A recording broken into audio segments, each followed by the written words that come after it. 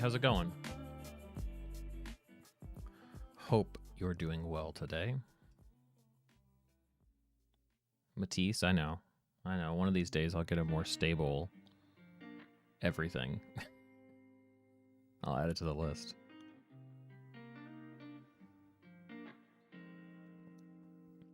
Hey, Reese. Hey, Construct.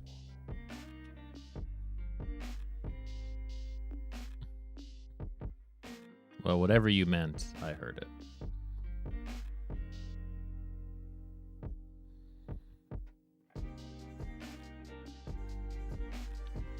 Day 3 of -4 wisdom. Nice.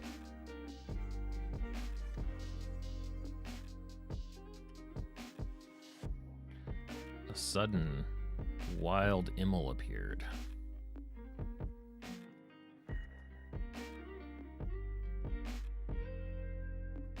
It's all right, Knight. I'm sure you had a good reason.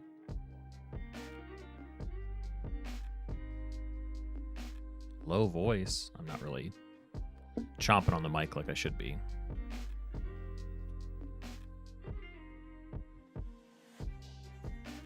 Wait, is my voice different? What's different about it? Now I'm concerned.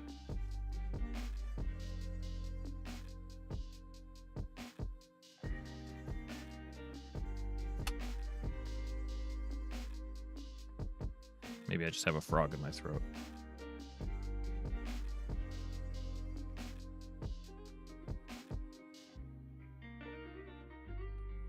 It's bassier.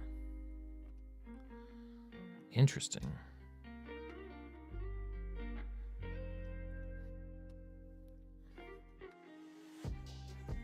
Okay. I think I'm done setting the table over here. Radio voice enabled? Oh boy. I don't know. Did I change? Do I sound? I don't know. I'm a bad judge of my own voice, but I mean you guys are better suited than anybody, so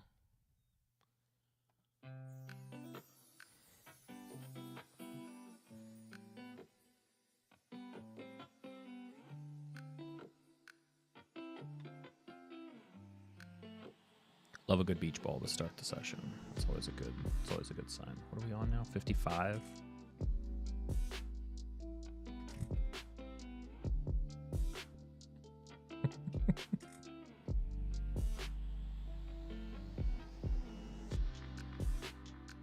Hey, Zealot.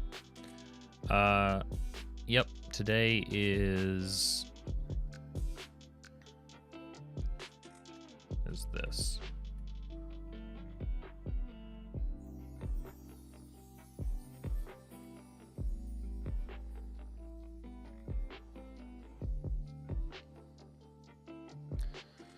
So I've made a bunch of progress here.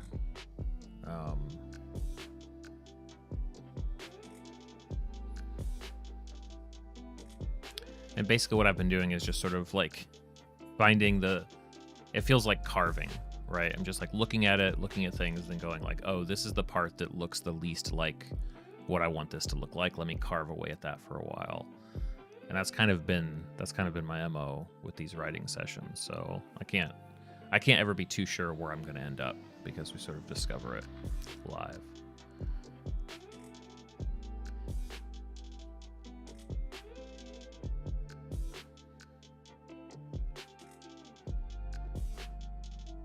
This might actually be a good. I'm going to start here. I'm going to start with the introduction. So this is now into running the session. So here's where, to some extent, the layout of this will eventually help communicate kind of what's pretext and what's like use this while running, because there is a difference sometimes, or oftentimes. So this is the first part of running the adventure. So the introduction, I've got here an estimate of how long this should take. Just a few minutes is the goal. Okay, so we want to start. Ooh, working on your fountain. We want to start in the middle of the action so the players don't have a chance to run off in different directions and away from our adventure.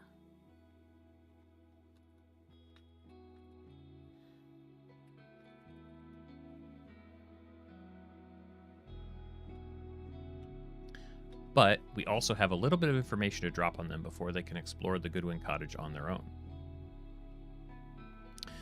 That's right. That's right. Railroad, absolutely. Maybe I'll add a...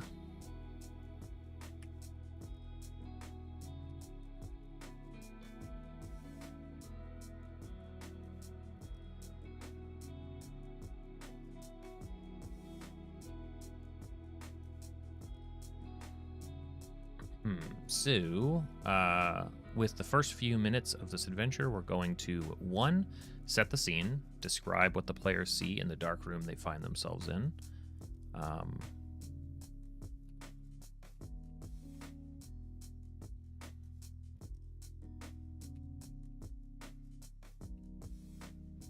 One of those magnetic launch. Yeah, like this thing is tearing through Epcot. That's the vibe. So first we set the scene, second flashback, jump back to an hour or so earlier when the characters took the bounty that led them to this dark room. Okay. 3, return to the scene.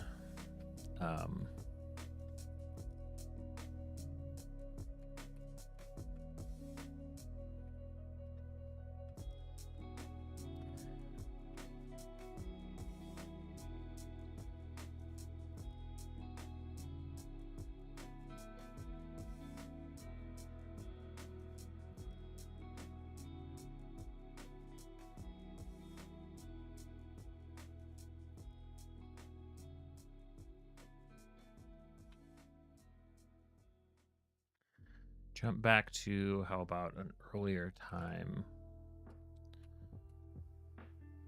Because it's not really an event. Jump back to an earlier time when the characters took the bounty that led them to this dark room.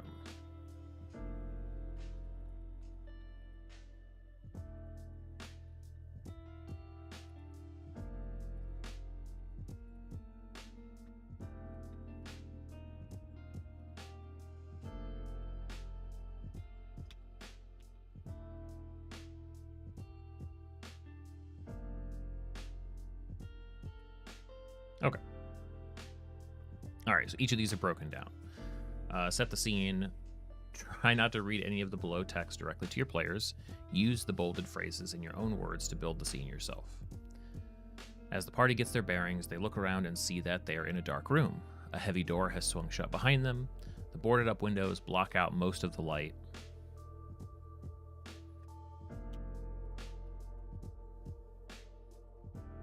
And while they have heard no voices in the darkness, there is movement in the shadows and the sound of something slithering around near their feet.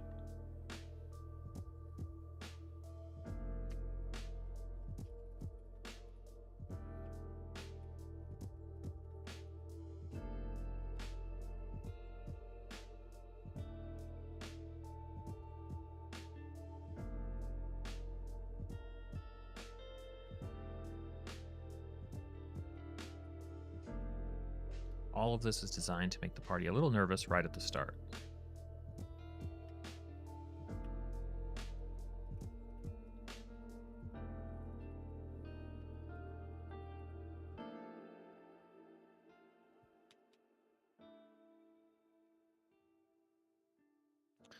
All of this is designed to make the party a little nervous right at the start. The characters themselves are probably thinking, how did we end up in this situation? Was this all a trap?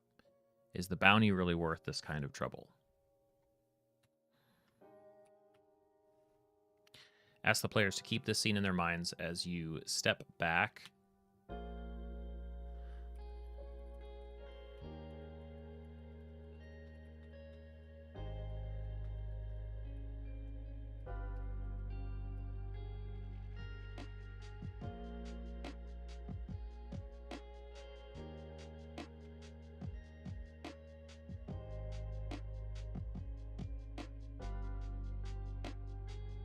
Ask the players to keep this scene in their minds as you all step back to an earlier time.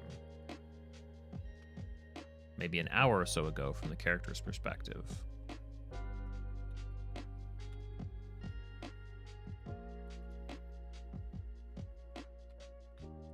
When they agreed to take a bounty off the hands of a very grateful Sheriff Hobbs. Hey, Schweens. Flashback. So all of that, that's why I slated this as 1 minute, because this is largely DM led. This is not exact. I mean, it's kind of narration. It should be a little bit of back and forth, because I don't like the idea. Nobody should be shushing their players, right? It should already feel like the game, even though this is sort of guided. But Maki, how's it going?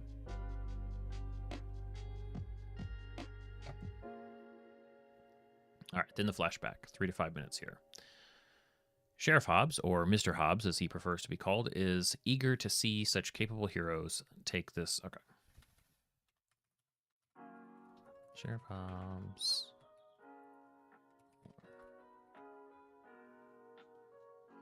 Oh no, did I fire off the wrong thing? Oh, it's just in your Discord. Gotcha. I thought I maybe. Chronics, how's it going? Good to see you. Or Mr. Hobbs, as he prefers to be called, is eager to such capable heroes.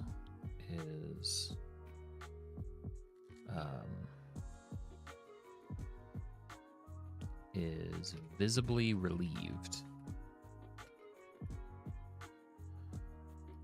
to have this bounty taken off his plate, taken off his desk.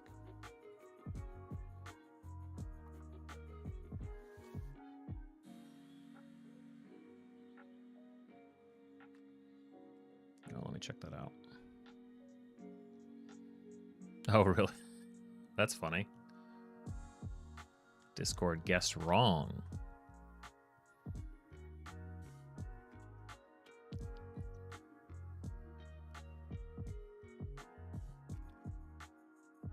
Such capable heroes. The first thing Mr. Hobbs will do, so see on portray Sheriff Hobbs, see his entry in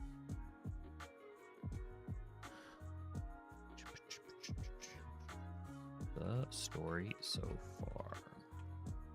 There's the story and characters.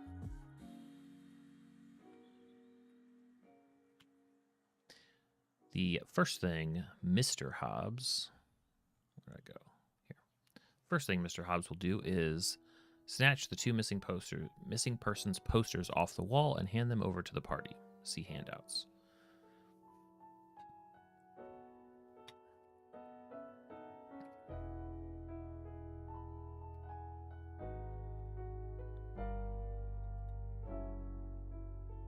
Hey Teresa, how's it going?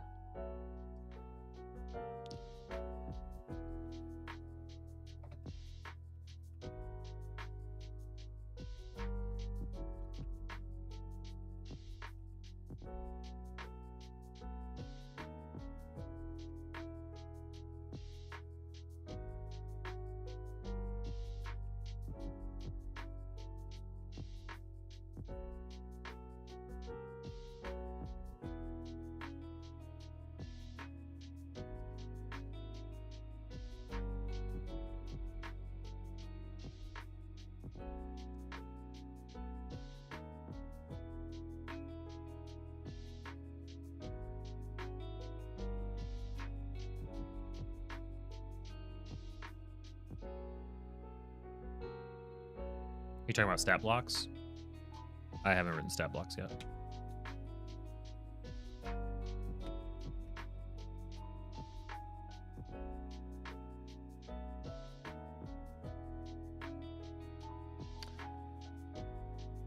Oh, the family would be so grateful if you could track them down, or I guess what's left of the family.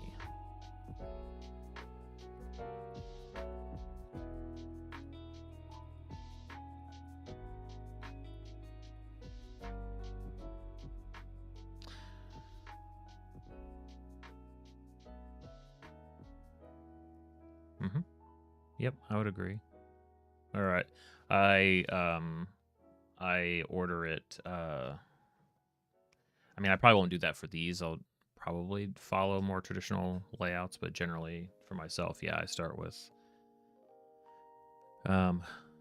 initiative and armor class usually.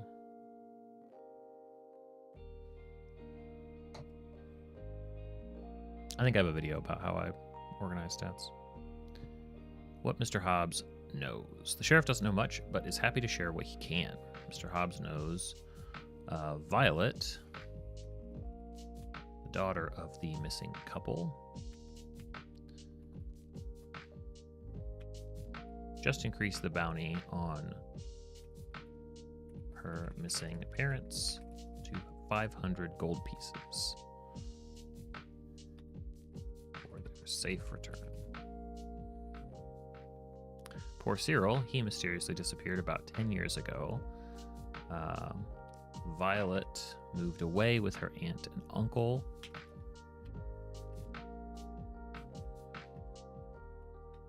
Seemed to be best thing for her. Charlotte became a bit of a shut-in, never said much to anyone in town after Cyril's mysterious...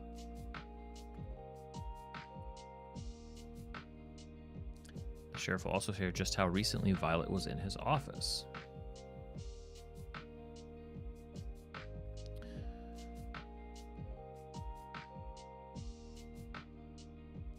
The sheriff will also share just how recently Violet was in his office. Oh, Violet.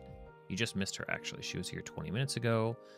Boy, she's upset with me. I wish I could help. That's when she increased the bounty, too. She left this... She left this behind. Maybe you can return it to her when you catch up to her.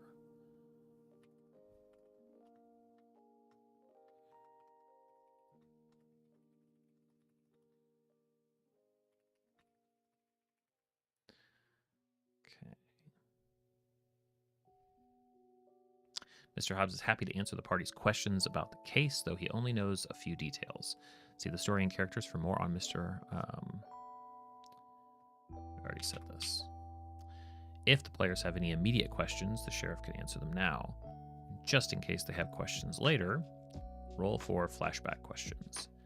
If your players have questions while they investigate the cottage, they can use a flashback question to jump back to this point in time, this point in the story, and ask Mr. Hobbs another question. Ask each player to roll a d4. Whenever they roll, this is the number of times each player can jump back to the previous scene and ask another question. I think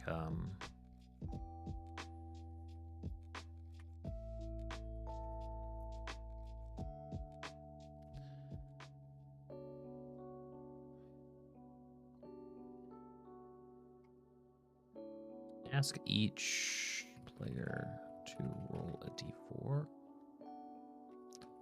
That's the number of times they can use this ability.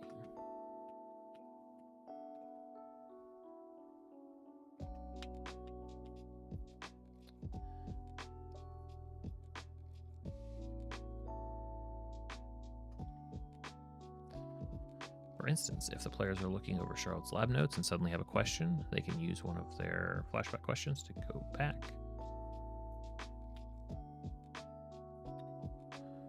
No, I think that's clear. Once the party has the 2 missing person posters, the letter from Charlotte to Violet, and doesn't have any immediate questions, and assuming questions for the sheriff.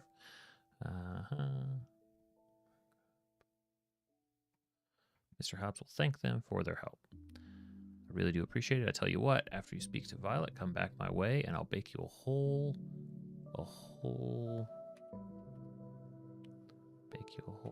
batch of muffins. Sounds fine.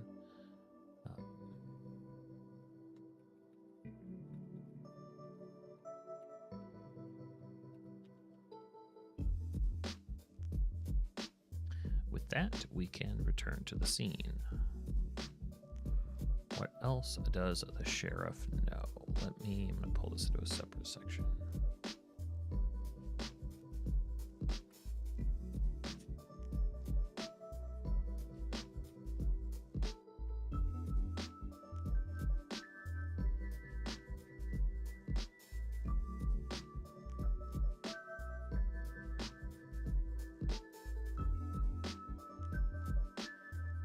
Now we return to the cottage. Explain to your players that they came to the cottage after speaking to Mr. Hobbs and made their way inside after nobody answered their...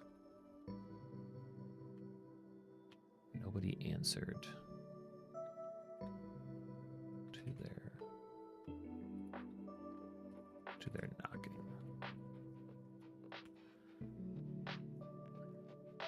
With the character standing in the darkness again, ask your players for their charisma scores.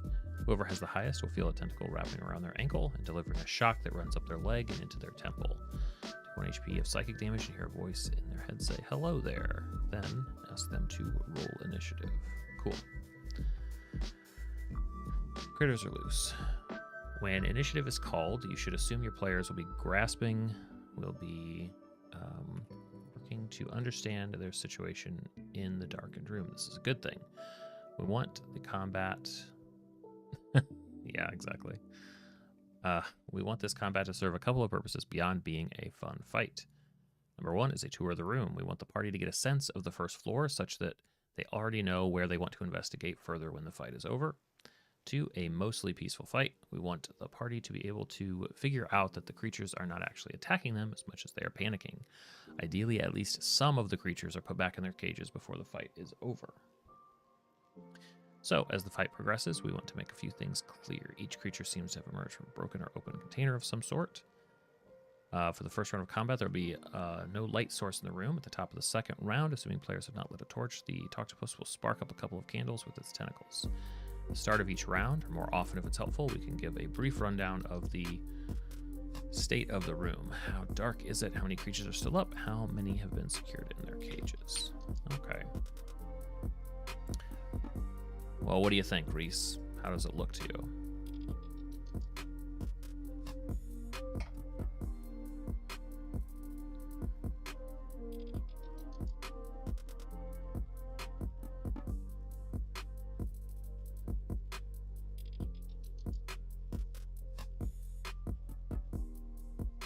On their turn, that might limit the need for the full stat block. That makes sense.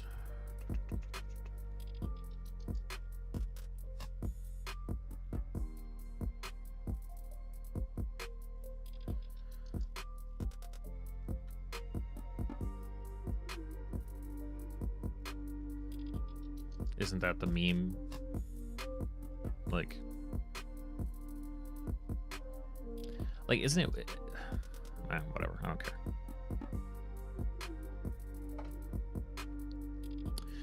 Most of the creatures don't they do on their turn that might limit the need for a full stat block.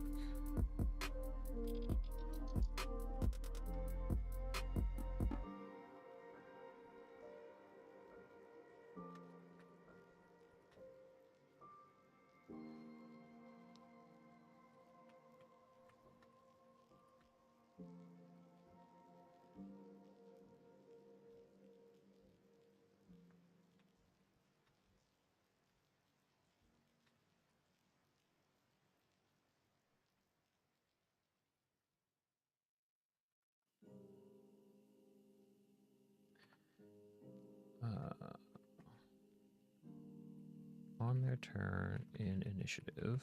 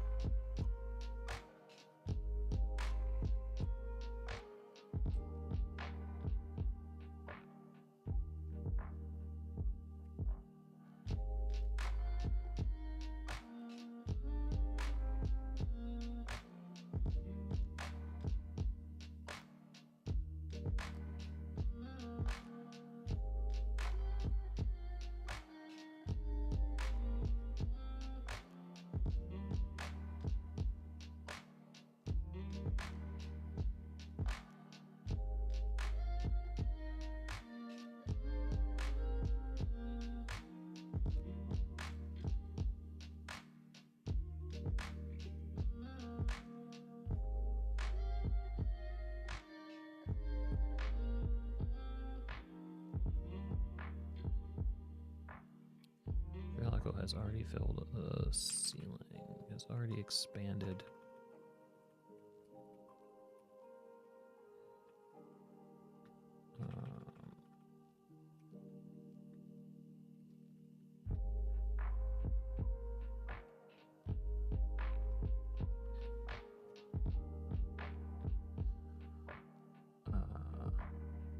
It's already expanded into a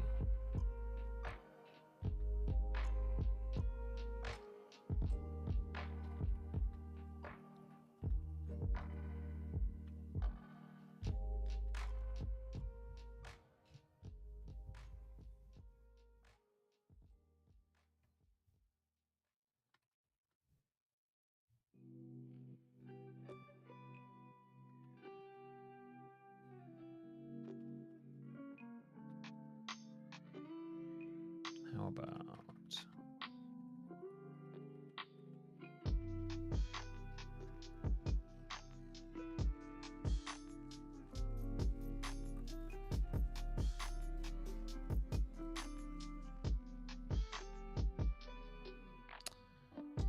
actually not going to start with this one.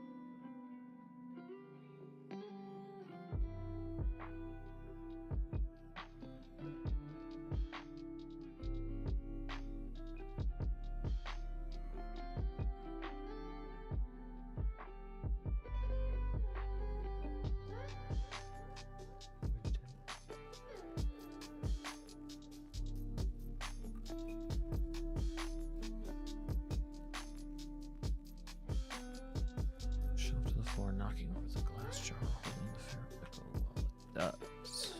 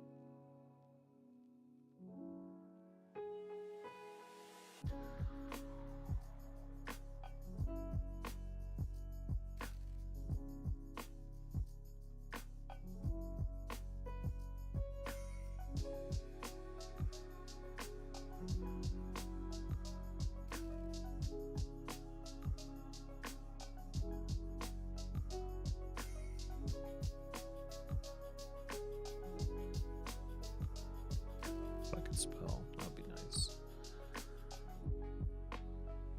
Thank you.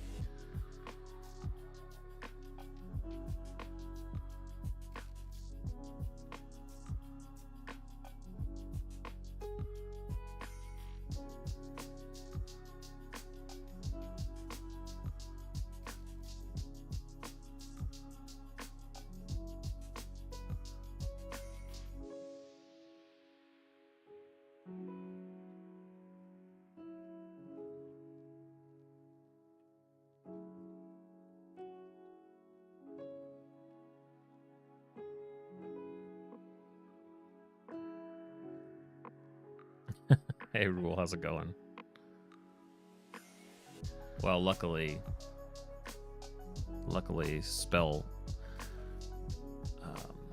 spell check magic covers me most of the time. But sometimes I spell so poorly that the computer's just like, I don't know what to tell you. To try again.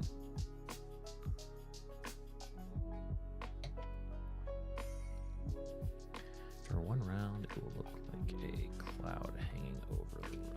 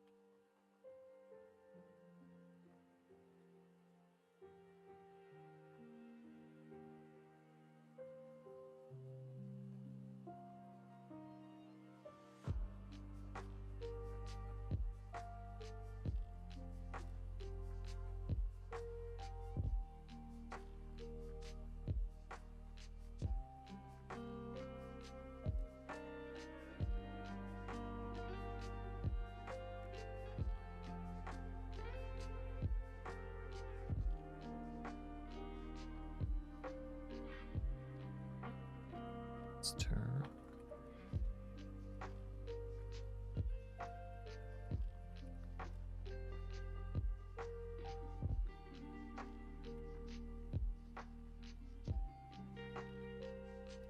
On its turn, it will attempt to pickpocket 2 of the party members.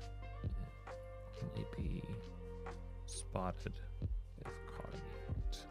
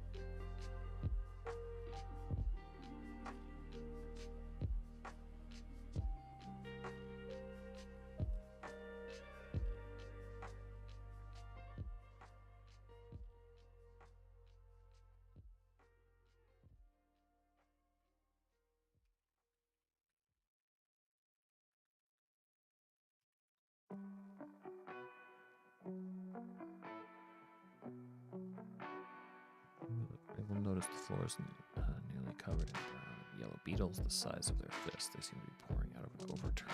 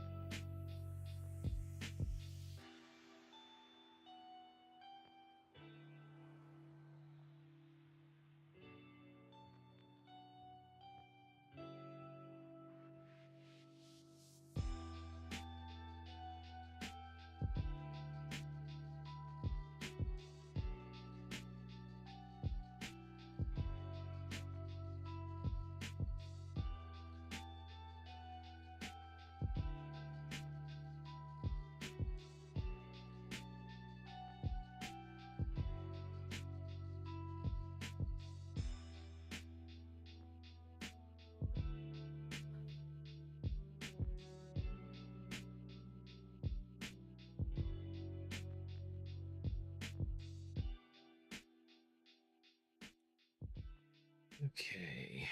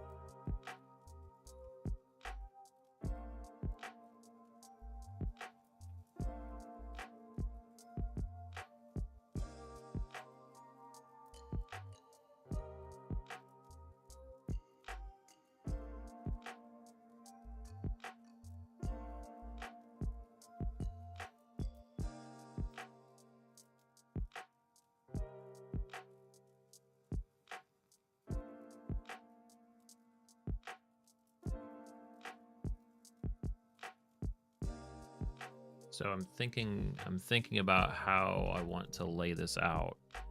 It's no different than the introduction.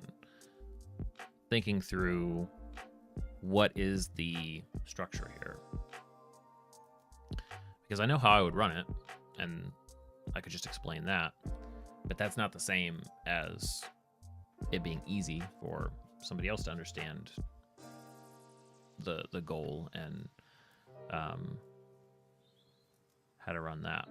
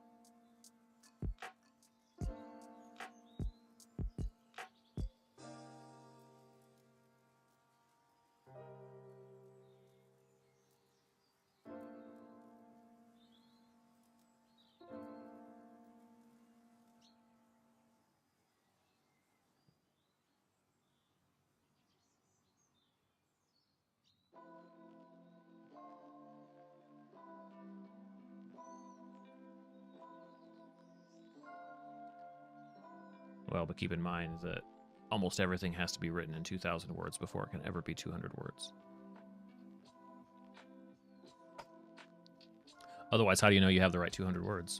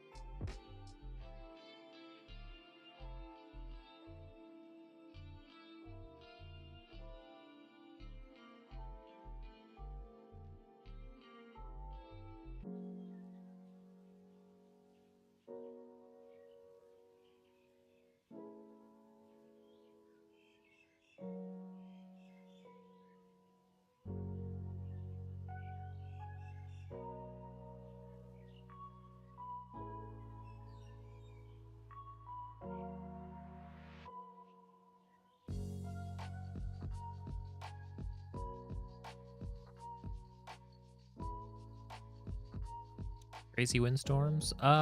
Sometimes, yeah, sometimes a little bit, but I wouldn't say very commonly. Are they common where you are? But every now and then we get a lot of wind.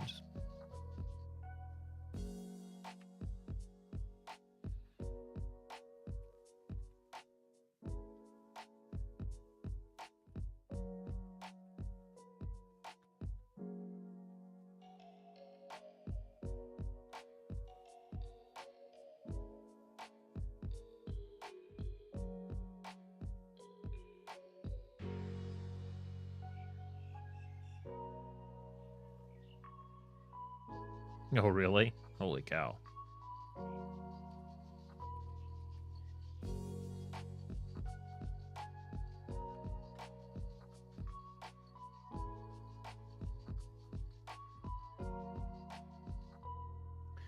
Well, and I also, I mean, the mic is pretty extreme. So like, if I'm up here talking, it's fine. As soon as I go even just a little bit over here, you know, I mean, there's plenty of sounds. I remember it wasn't that long ago that I had the mic not set right.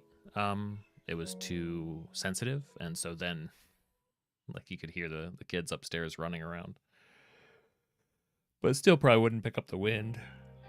Be down here in the basement.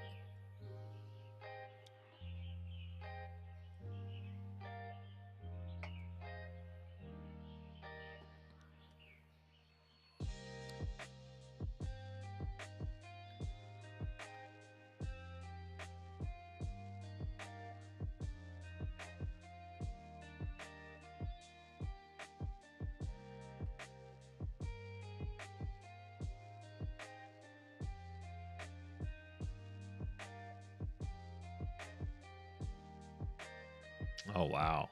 That's wild.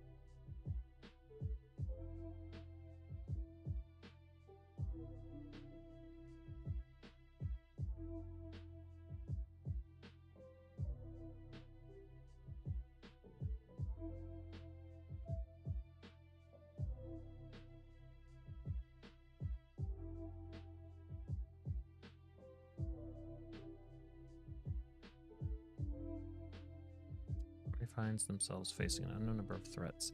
A very dim room that's about 60 feet long and 30 feet wide.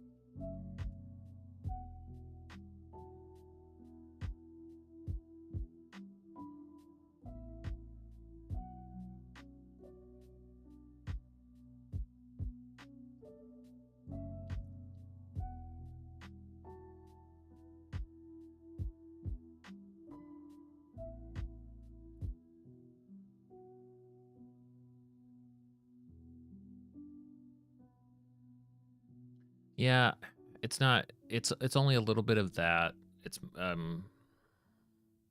most of my silent thought process is trying to find a good way to structure, a good way to sort of approach what I'm trying to do. I mean, I think I know generally what the scene is. I mean, that's, you know, um,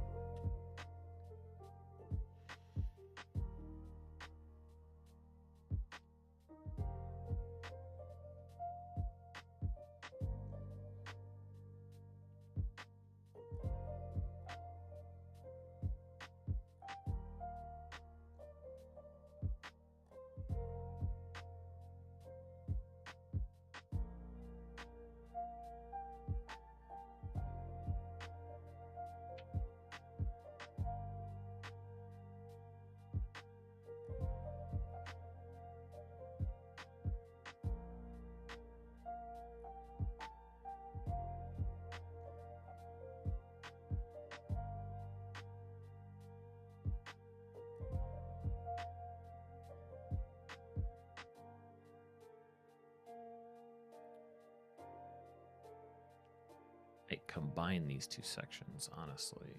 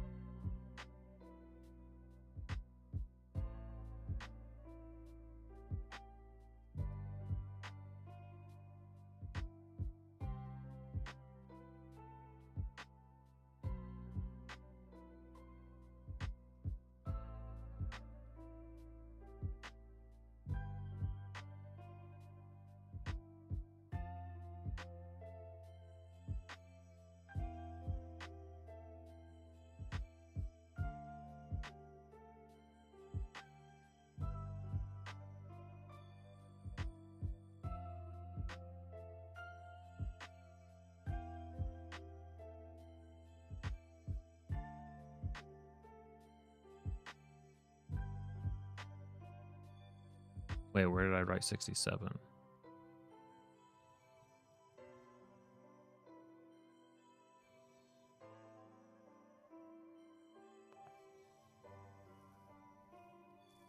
Oh, my bad. Sorry. Typing. Yeah, gotcha. Sorry. You had me looking for like, wait, where did I leave that?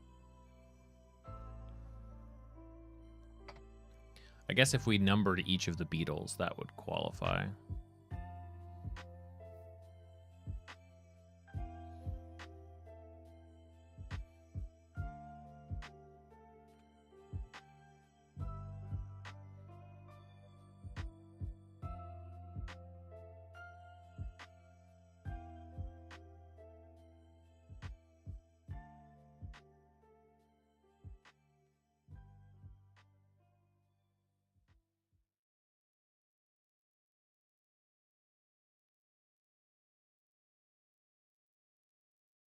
Okay, I think that's better.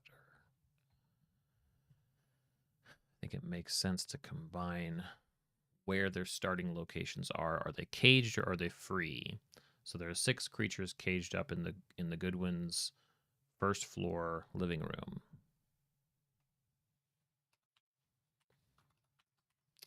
But due to recent events, a number of them are out and causing trouble. Each creature's starting position will depend on how many you decide to have roaming free.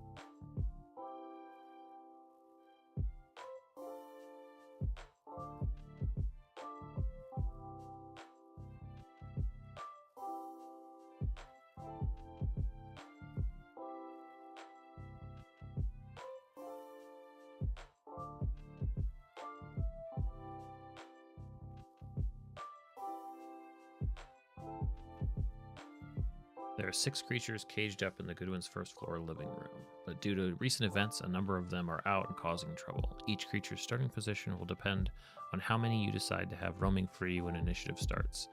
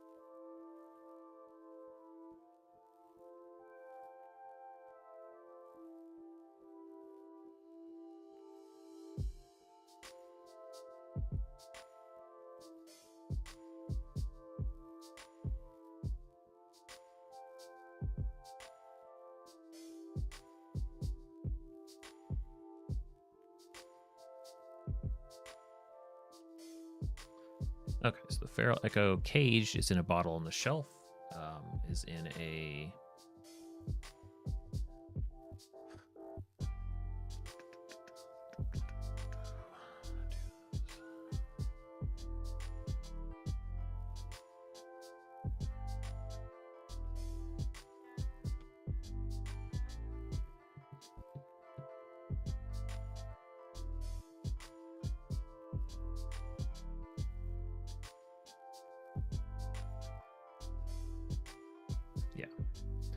It's either in a bottle on the shelf or expanding from a cracked bottle on the floor. I was having a thought about how much detail I wanted to put into this, but I think that there will be a separate piece of this description, separate from this list, that describes both the appearance of the creatures, like again, more of the quick reference, rather than kind of their starting position. Because I don't want to combine too many things into one, I think, although I might. Because I don't want to spread things out too much, so to some extent, putting them more together might make sense.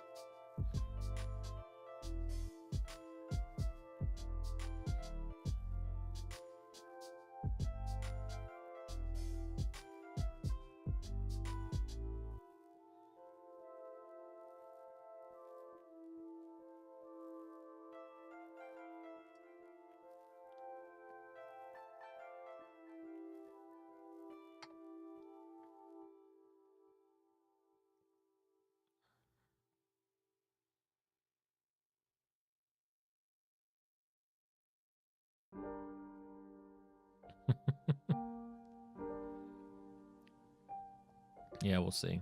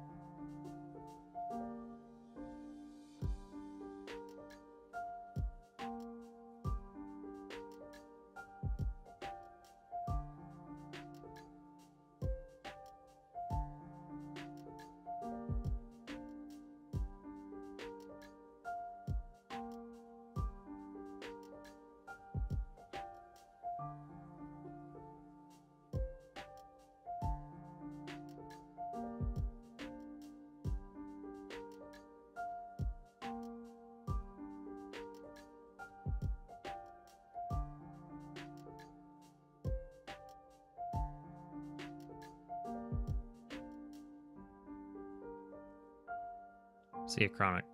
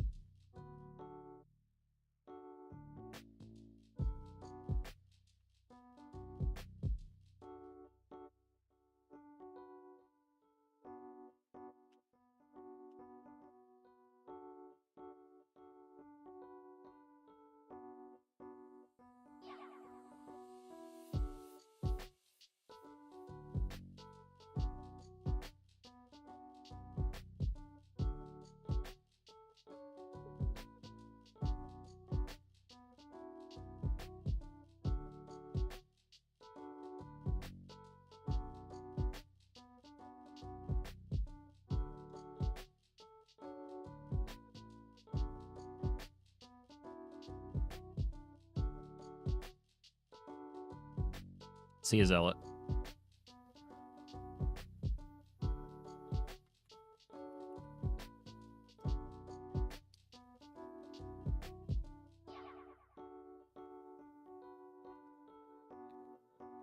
While the party is dealing with these strange creatures.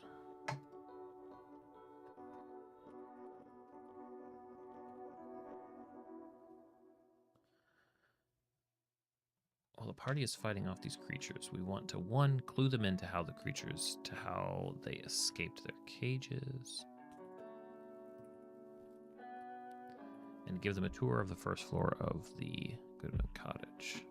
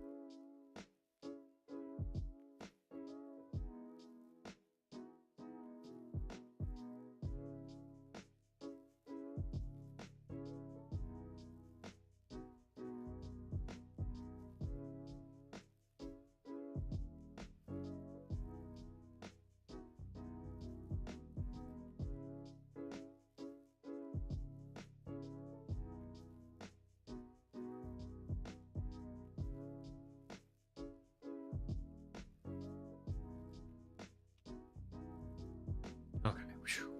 It's crazy how much it takes to like turn something that is almost natural, or like, yeah, this is kind of how to do this, into something that's almost like step by step without it being overwhelming.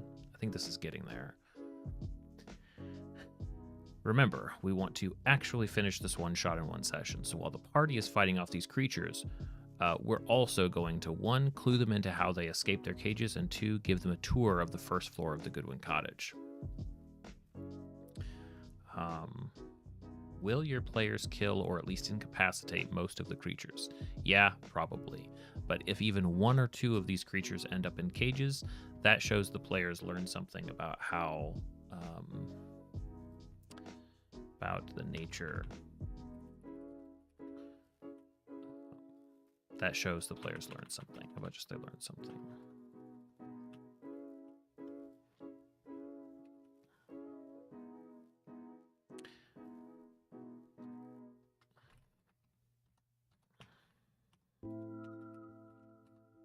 And by calling out noteworthy spots and giving the players a tour of the first floor.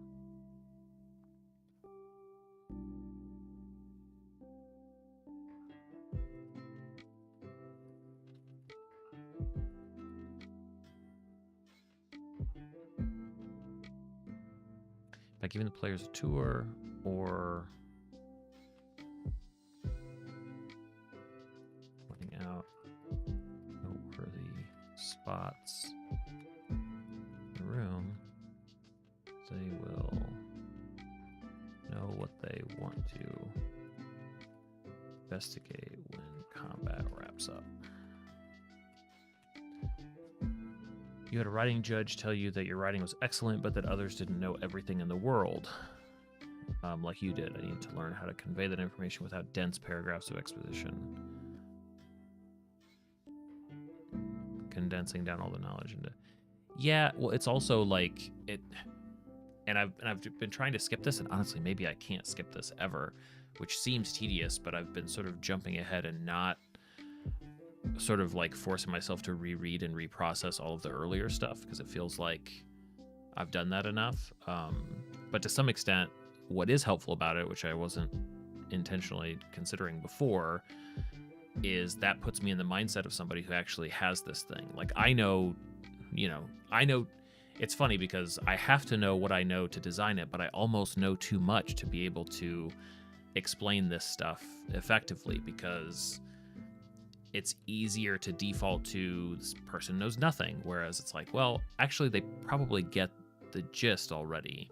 So what can we say? How can we convey meaning a heck of a lot faster? It's kind of like the, I have to write 2,000 words in order to sculpt it down to 200 words, right? To use the sculpting analogy. Which is, sometimes a little painful, but okay.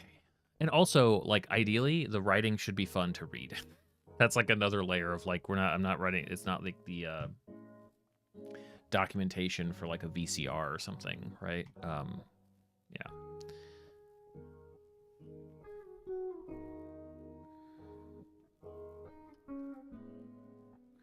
Exactly. It should be fun. It should be fun to use. Should be fun to use.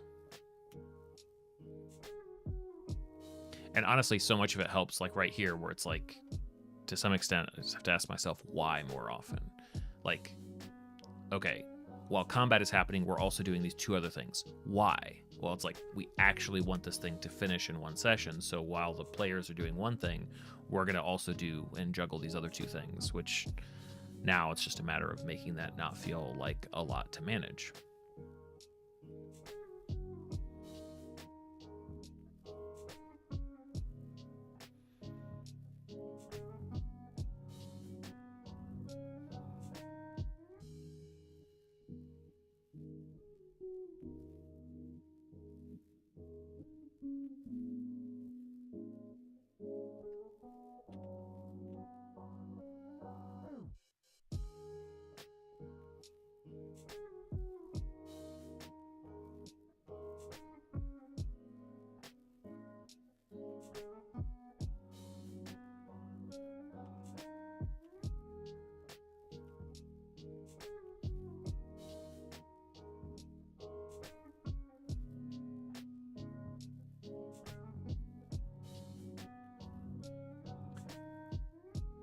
Hey, Pluto, and welcome back, Matisse.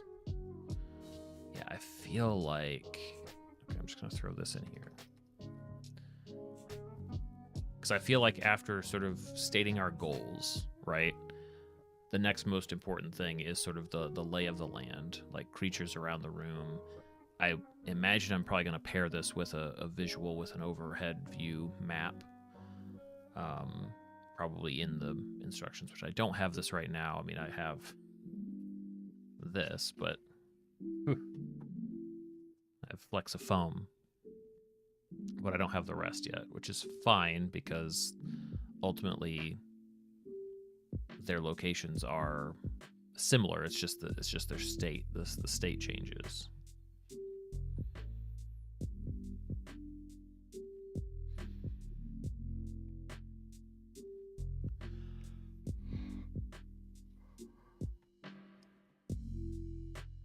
Oh man, Pluto, that's rough. You're on my schedule.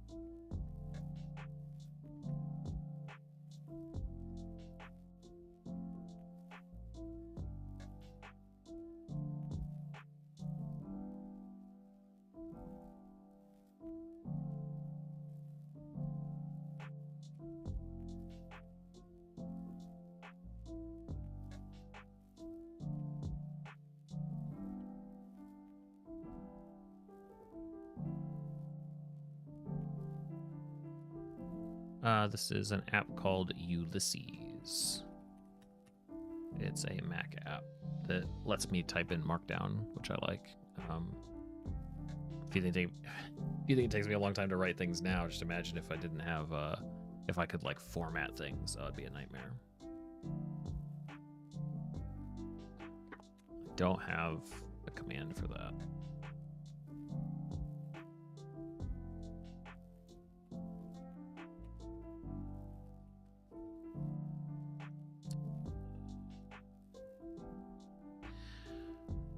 I mean, it's tricky though, because like program would change depending on the type of stream potentially, right? Maybe it could be like writing. Maybe like writing app.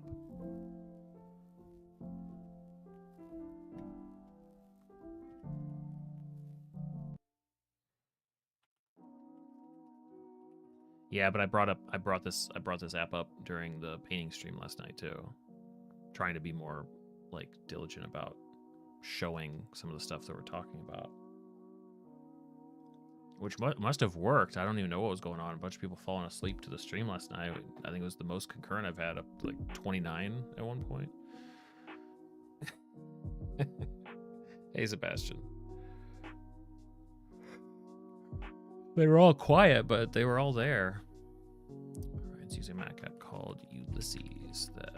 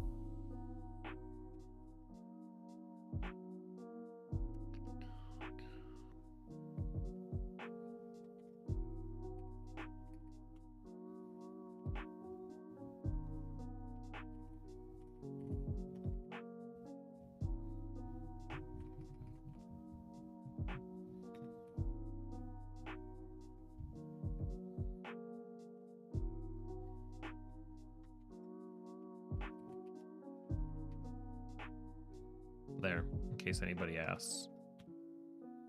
We could just use that.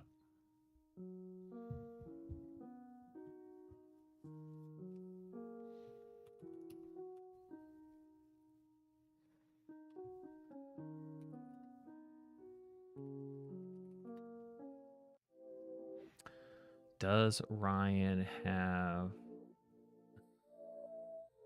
No. Now do one explaining what Markdown is. No, I won't do it.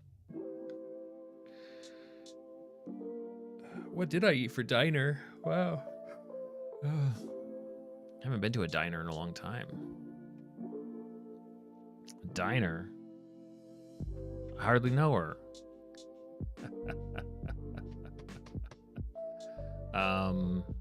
Shoot, is there a soup? Is there a soup lore? There honestly probably should be one. There honestly should be something. Only because, oh gosh, where was it? I gave somebody a link. I gave somebody a link in Discord, I think, to the soup explanation. Let me find it.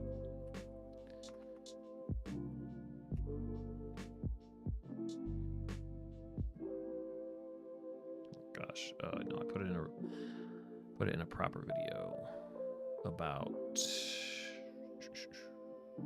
drain wash.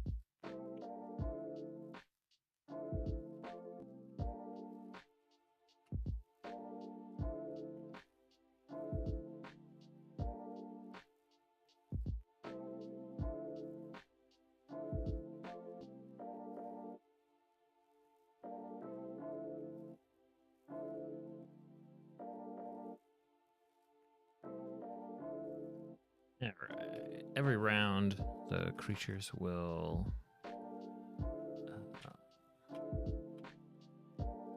each round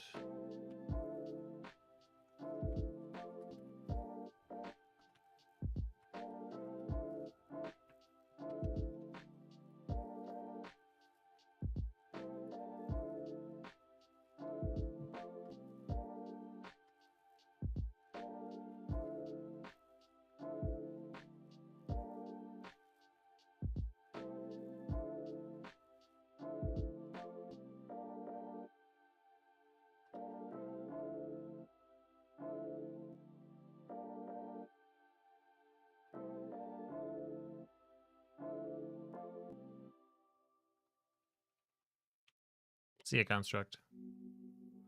Never said I don't like soup. Just said that soup is not enough for a meal.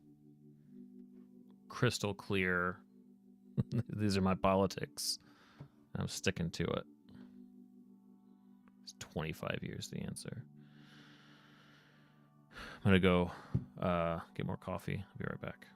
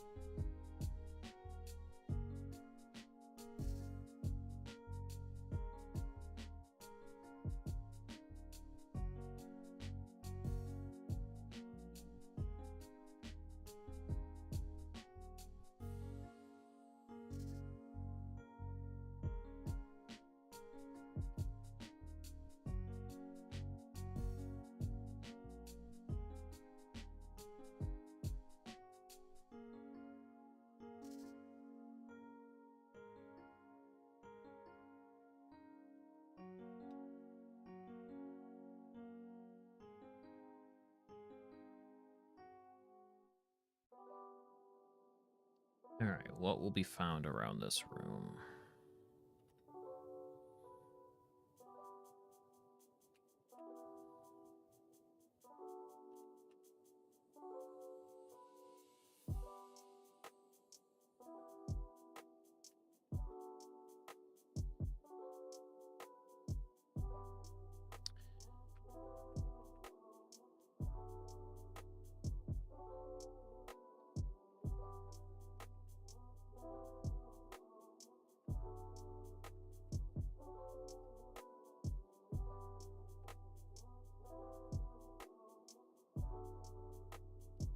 How did I format this before?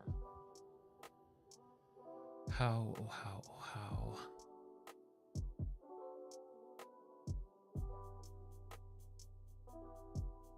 I think.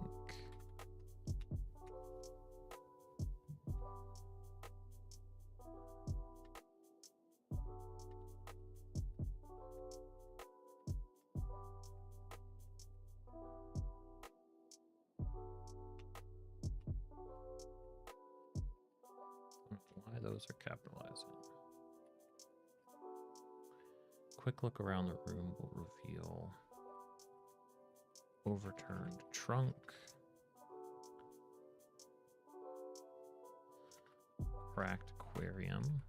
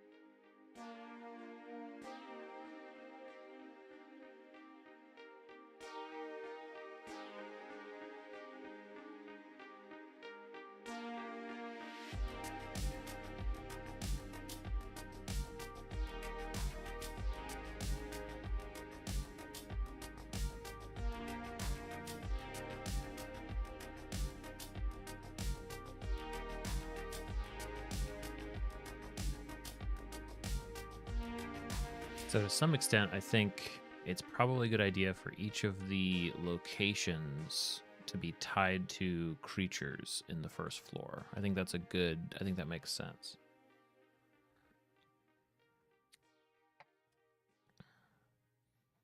It doesn't have to be an exact one-to-one, but I think that should be the purpose. And that's a good guiding light for what is all of this stuff, or why is all of this stuff. So if we let's take the creatures as a reference, because that's what we have. That's what this first floor is all about, at least right now. All right, so we have I guess we have two things. So we kind of want to double things up, I think.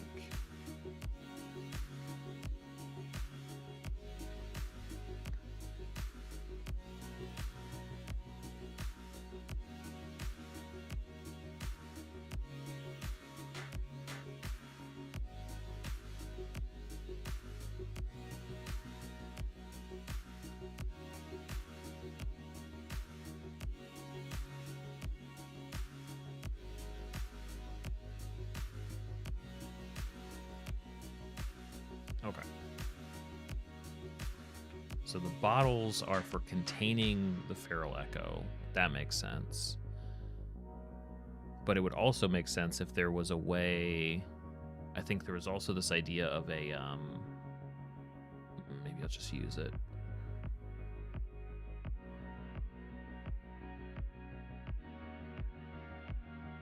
Okay.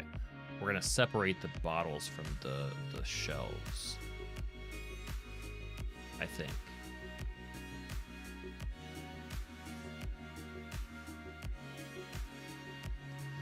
Because what if, yes, it's a bottle, but what if the bottle itself gets like screwed into what looks like those glass or those they're not glass, obviously, but like the like if you had pipework run along like your ceilings and walls, like the type that like gerbils will run through. Because I feel like while they've the idea is that they care for these creatures, right? So you don't just bottle up a feral echo, you give it room to move. So there would be like a strange series of pipes running along the walls and the ceiling, I think.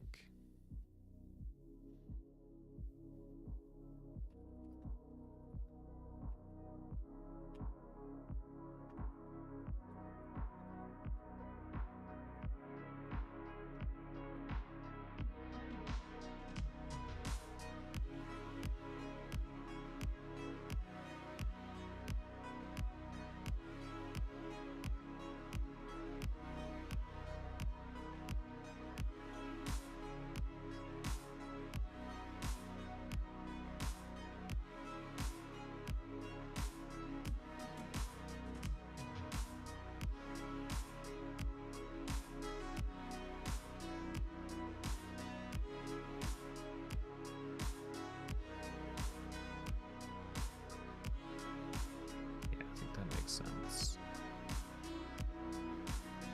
Not sure.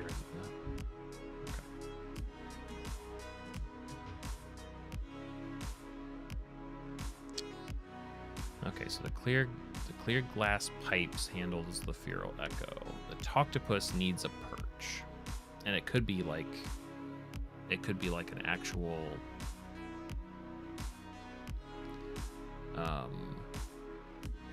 maybe like something that you get off of the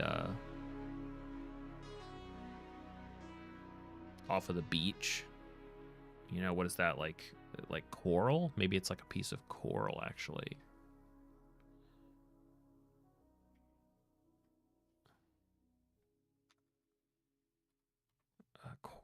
Like reef. Like, what is that?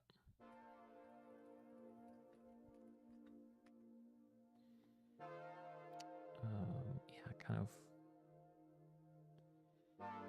Yeah, I guess it would be a piece of coral.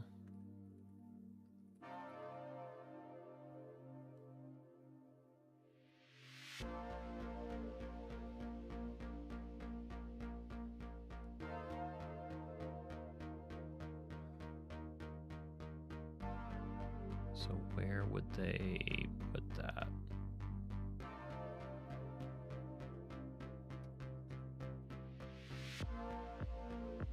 I mean, a coral, like, trying to think of what it would look like, what it would appear, like identifying it as coral would probably be weird to like call it out as coral in the room. Where would it be sitting? Because the Toctopus is sort of a social creature to some extent. So maybe it sits on like a desk.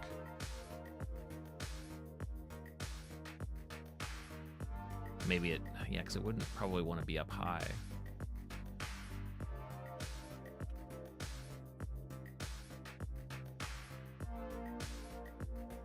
probably would look more like a tree root. Let me look at pictures of coral.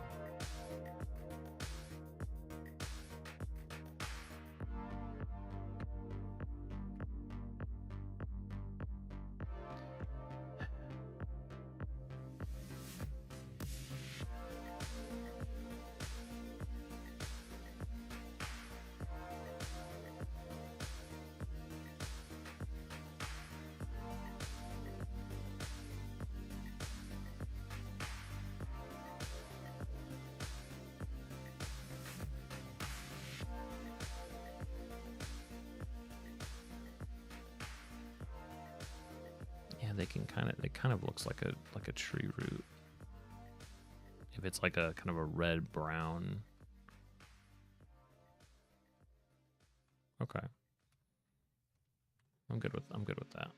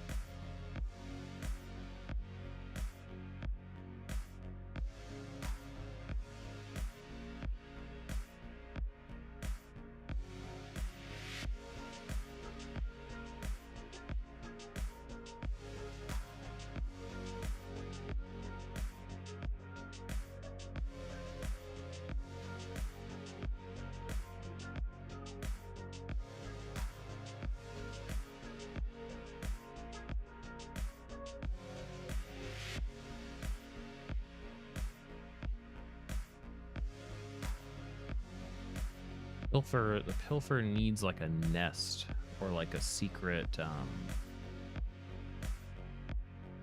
Maybe it has like a. Maybe there's like a grandfather clock or something that can be opened up, and he has like a like a little like a hidey hole. It's like a bunch of stuff, like whatever he's collected. That could actually be really helpful for this too, because it provides a spot for things to have been collected. That's a good idea. Okay, so some sort of a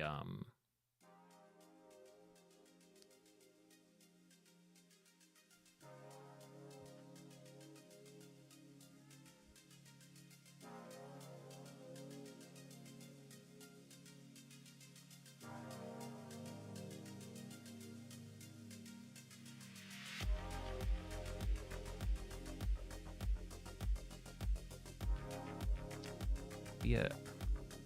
So the advantage of a clock, like I feel like what would you do with a pilfer? Like a pilfer is a pickpocket monster basically. So what would you do? Like you'd probably try to train it. You'd probably give it like this is a safe time.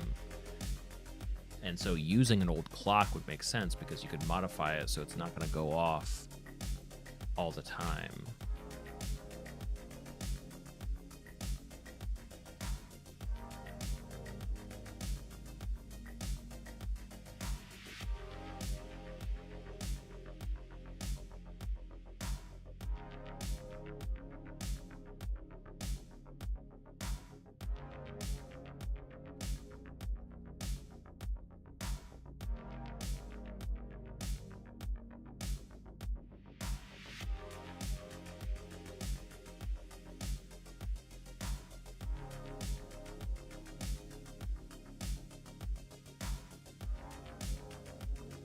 That'll be a fun one to put into the cottage that I'm building. Already did the trunk.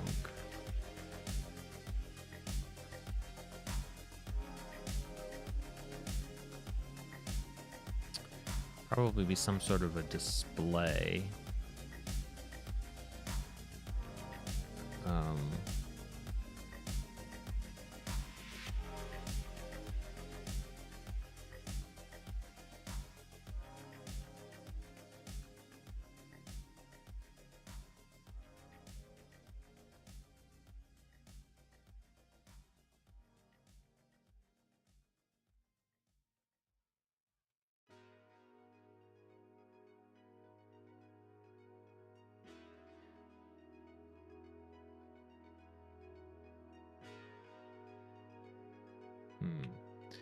Yeah, like what would calm emoji down? Because there isn't, like, my instinct would be an open window, but there really aren't any open windows. Hey, T. Or at least they're sort of boarded up, so maybe there would be a window that isn't. Yeah. Exactly, right? Wait, were you here when we came up with that?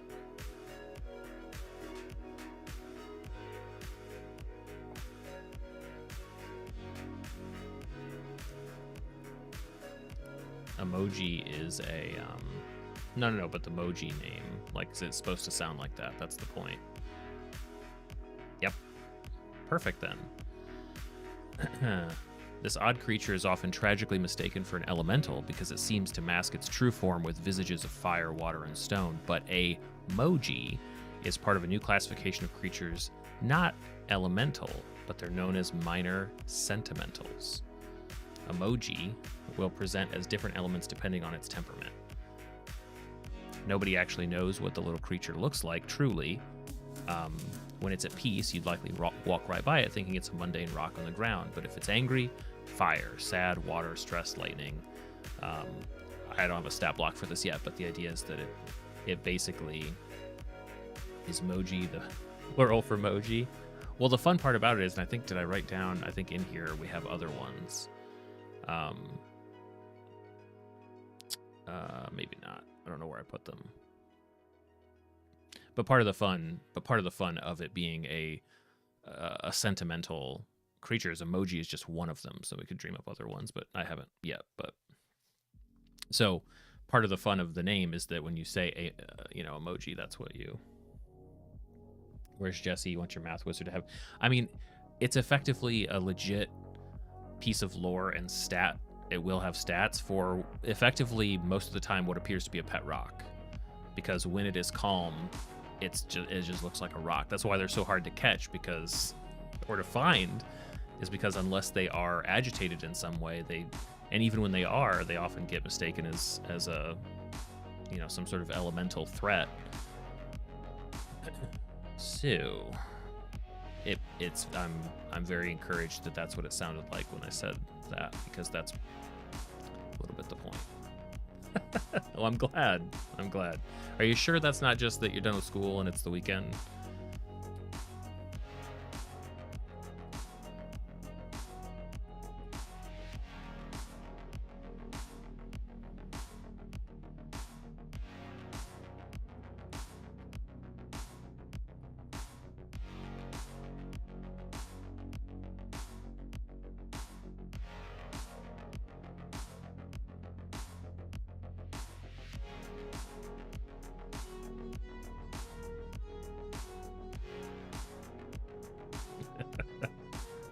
Well, the thought process for it,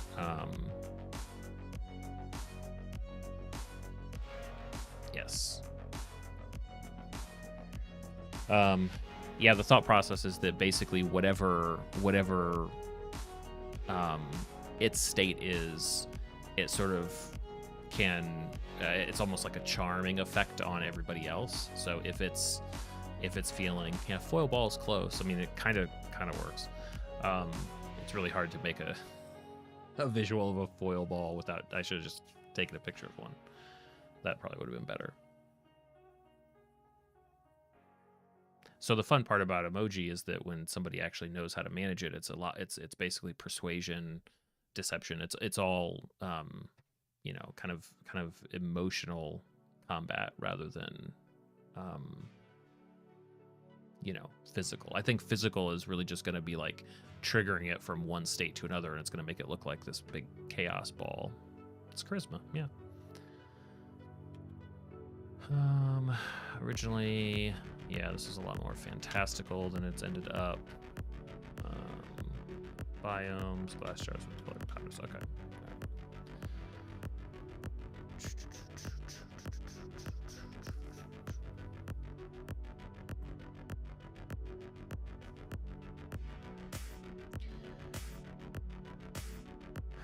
Yes. Yeah. What's What's that thing where like nothing I make is like a small, where it's like, okay, now I guess I'm making like a new type of creature. We're gonna need a few of them, I think.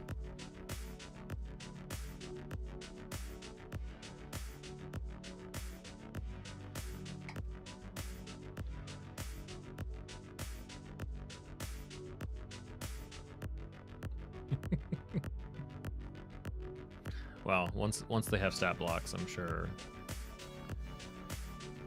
That's what I've been putting that off because there's like, I don't know, 6 of them I have to make, but it's getting to the point where it might be now. I might need to start doing that because the first part here is so combat heavy. Let me see if I can clean up any of this. Okay. All right. So this takes place after roll initiative. So remember, we want to actually finish this one shot in one session. So while the party is fighting off these creatures, we're also going to, 1, clue them into how they escape their cages, and more importantly, how to put them back.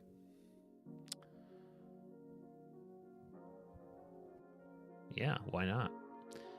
2, give them a tour of the first floor of the Goodwin Cottage. Will your players kill or at least incapacitate most of the creatures? Yeah, probably. But if even 1 or 2 of these creatures end up back in their cages, that shows the players learned something.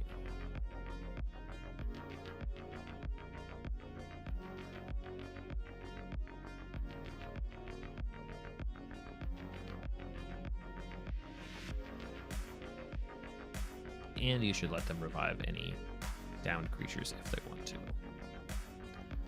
By giving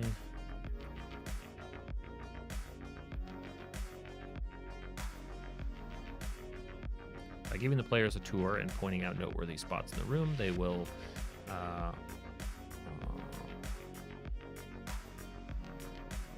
they will also know what they want to investigate when combat wraps up.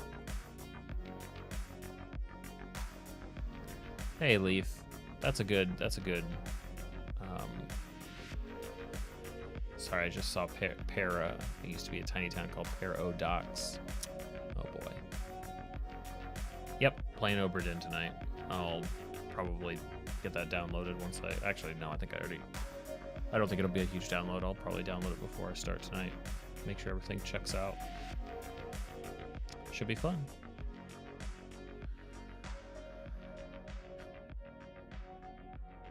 There are 6 creatures caged up in the Godwin's first floor living room, but due to recent events, a number of them are out and causing trouble. It steals.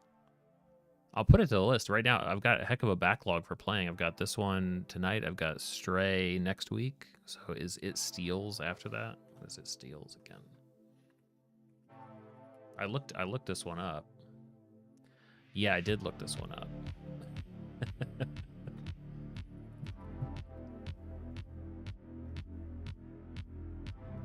It shouldn't be a long game either. So this, I think It Steals has to go on the list for the next multi-game night.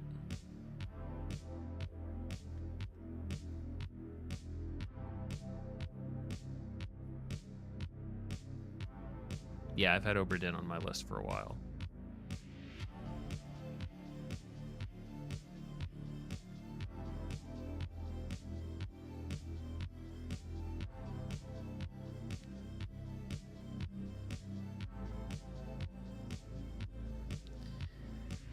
Okay. There's 6 creatures caged up in the Goodwin's first floor living room, but due to recent events, a number of them are out and causing trouble.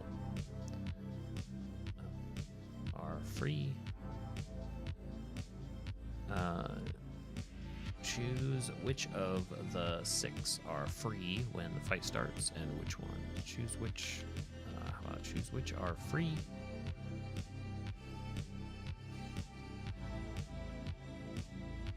Are caged when the fight starts.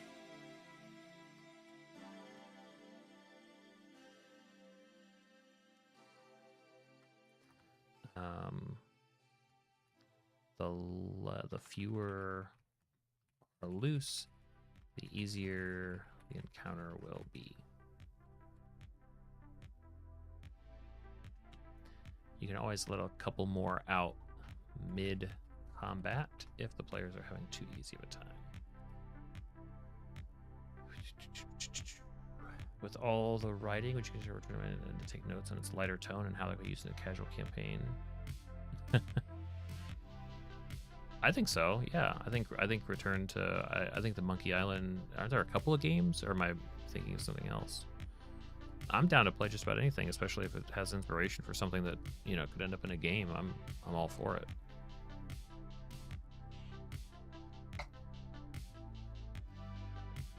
Yeah, it'd be fun. Plus, they're point and click, right? So that'd be an interesting change of pace. The last point and click that I played was Beyond Over. I was just talking about it. What is it called? Beyond.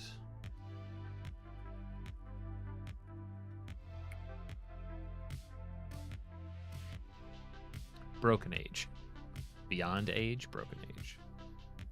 Or Elden Ring. That's also on the list. Yep.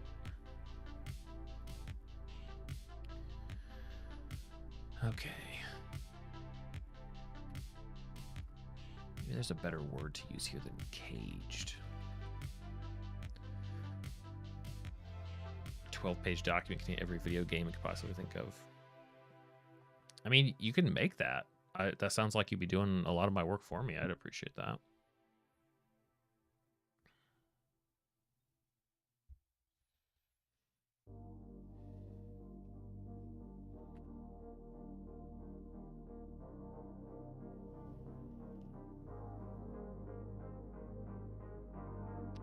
Yeah, I've never tried any of those, like the big epic like FromSoft, or even like like Skyrim or any game like that. None of it's ever really like landed for me.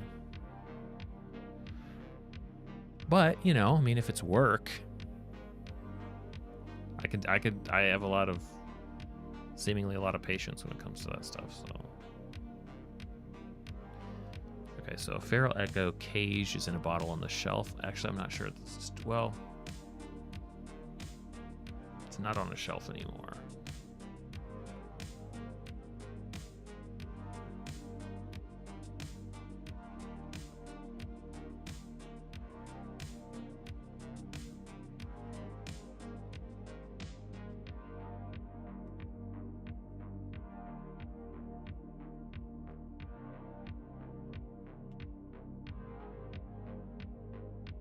Bloodborne would be more my style. Interesting. Okay. I mean, honestly, like, yeah, when you start talking about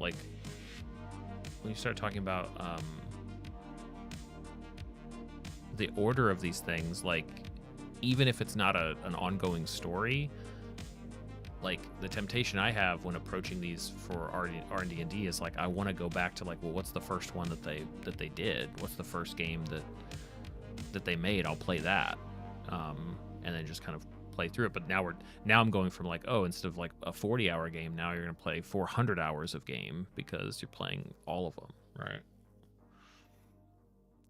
Bloodborne is just unplayable unless you buy a PS4 and a capture card.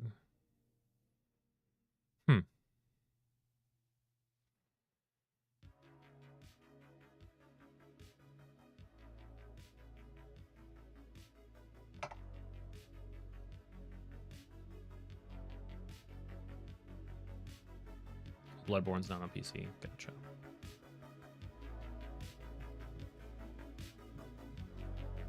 So you could say that you are a fan of the lore, or just the gameplay loop at that point, right?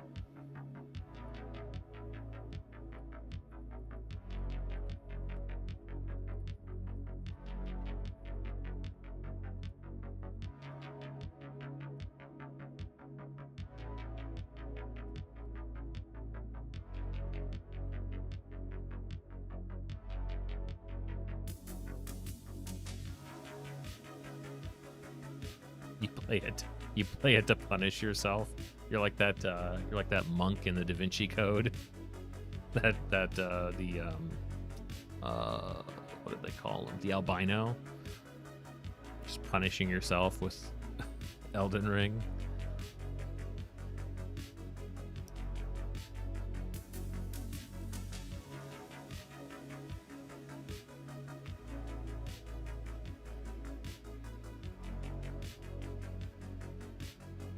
Probably a good bet. I think it would be a bit of a slog unless I'm able to like continuously play it. You know, which is always a possibility, but unless I'm like buckling down for like, okay, for the next 3-4 days I'm playing through this game, it would be annoying to have it strung out. You know, that's kind of what happened with Outer Wilds, is it got so spread out. I don't like doing stuff like that.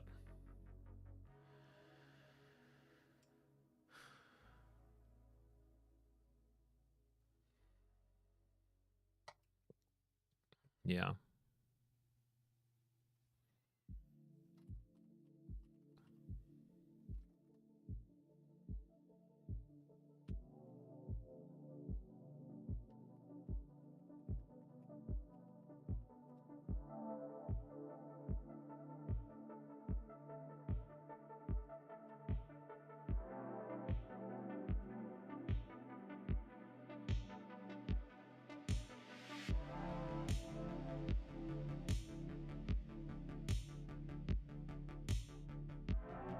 Survival games, I mean, I'll try it if we think that there's something to glean from it, something interesting. And honestly, I think it's hard to have a game that doesn't, you know, lend itself to something we can pull from it.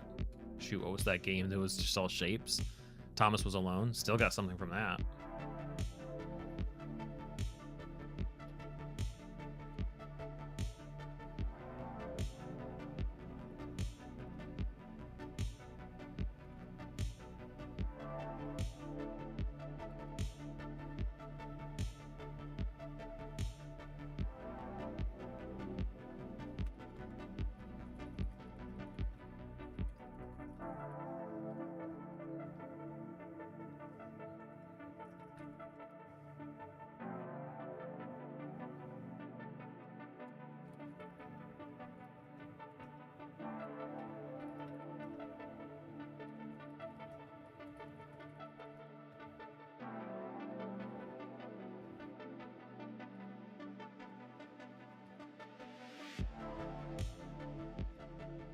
Get blasphemous? Oh boy.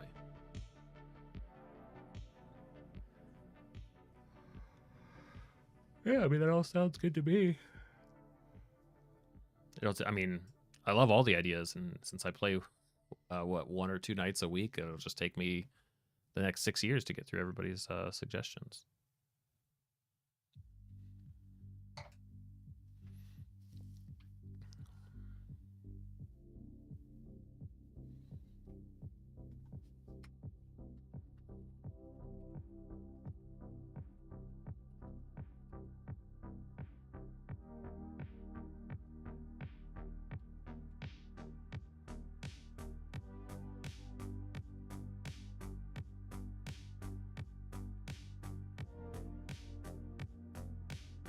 Hey, I appreciate it.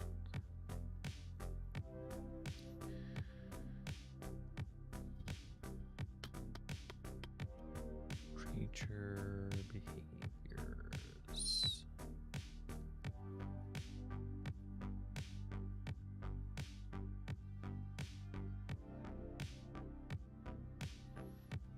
Yeah, Leafs dropped a bunch in there, and I go to that. I mean, I go and just like scroll through that to see what jumps out at me. And I have actually a pretty healthy. I have a pretty healthy wish list on Steam at this point of games that I'm interested in that I haven't even told you guys about. That way, it's a fun surprise when I play it.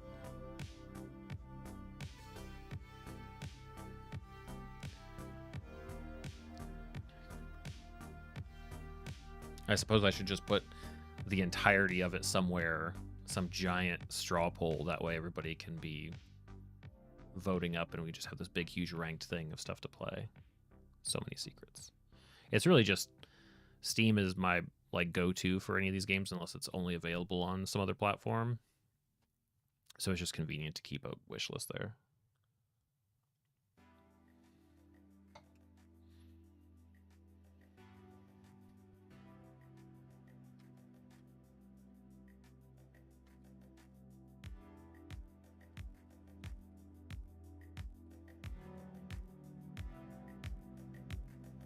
Yep.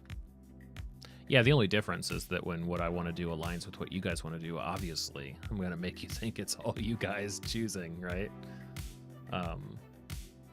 This here is a democracy of convenience, and then any other time I just pick. It's all an illusion. It's all fake. No, I'm just kidding. Mostly.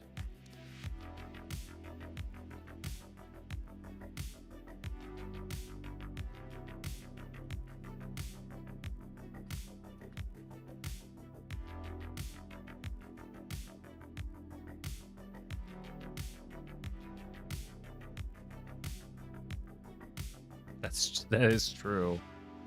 I mean, let's be honest here. I think you guys have more screen real estate than I do at this point. You got whatever the fight is, you guys are winning.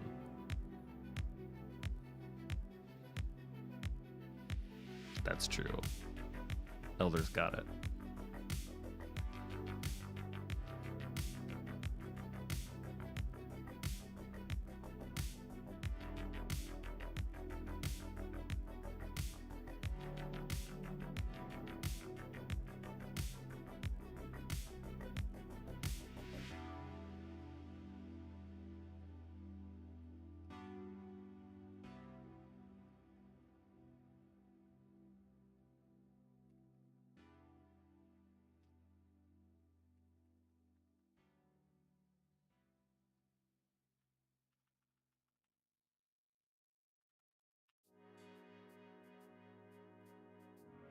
All the tea. You're right. I'd have 16 different kinds of tea by now, but no way.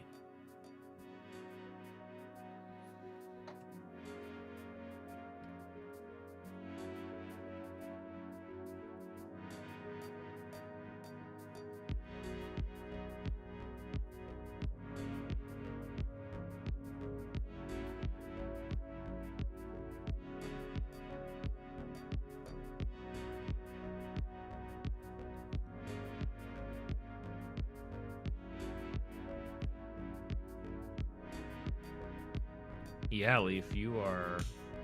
If you take a look there up in like this area, yours and Noel's bricks are the most brick-like at this point. Weathered, and I think 9 months is the first wash. We'll do a dark wash on those, and then those, they're really gonna start to be passable.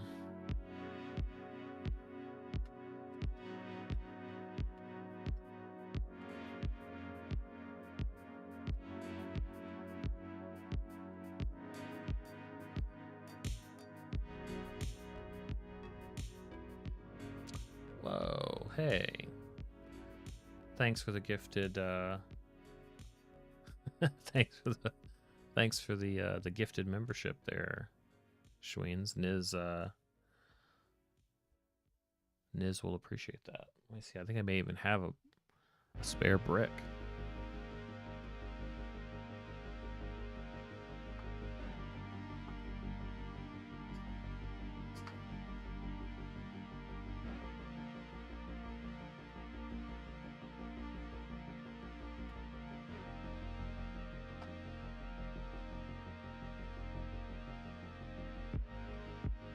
Few years, you want a cinder block, so that it's gonna start growing exponentially. 1/12 scale. It might get hard to keep it on camera, is the only thing.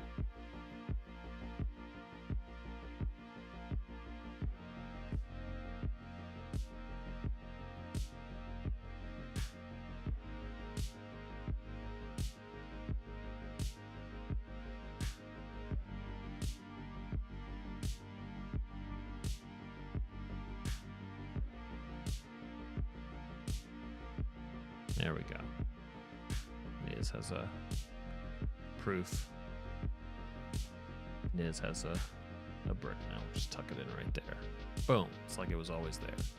Thank you, Schweens, for the support.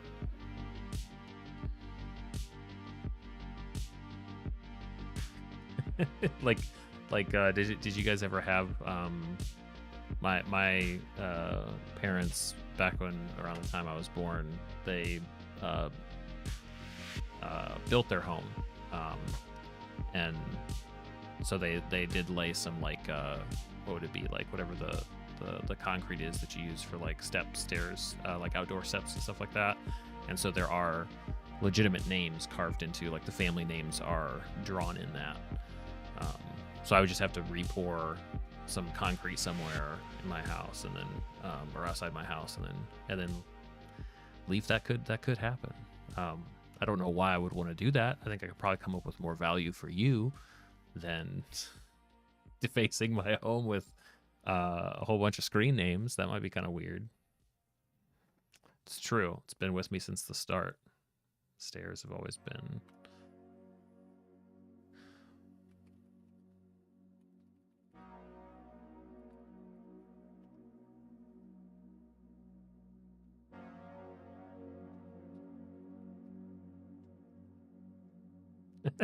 $10 years. 10 years would be a lot of support. That'd be, we'll all be different people by then. High elevation, yes. Big picture.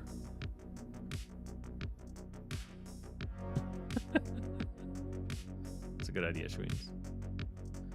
I can't think of anything that's any reason that wouldn't be a good idea.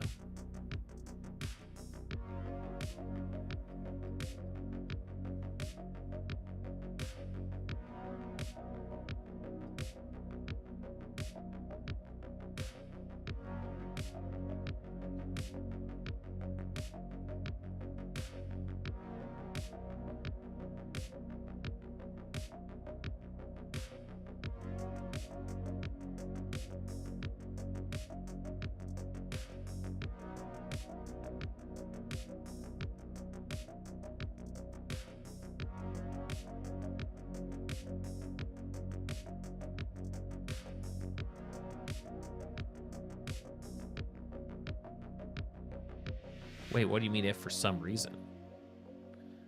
You've already got the end to my career? What are you thinking?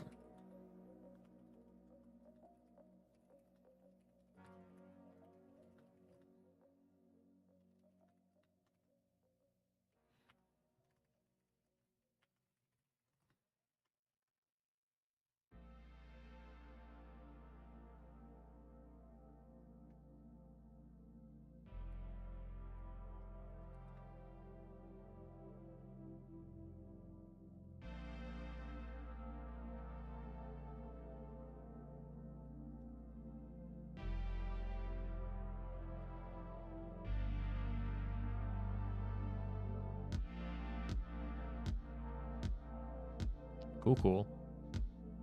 Good luck lurking. Good luck getting work done.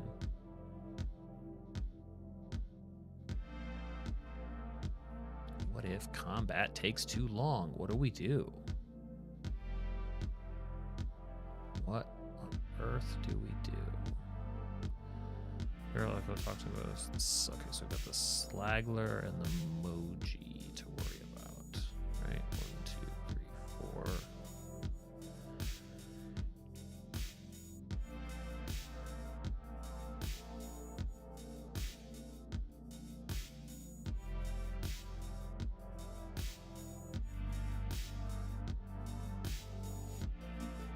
It's a tricky one.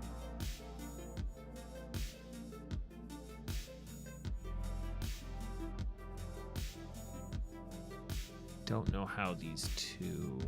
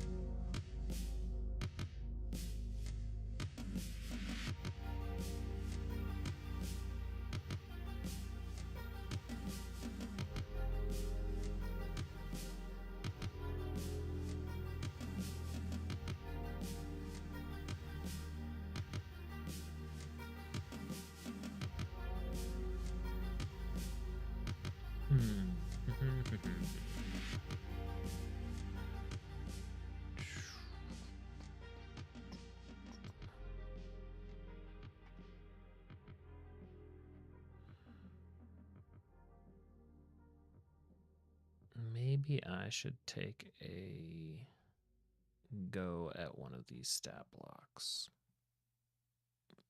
Maybe.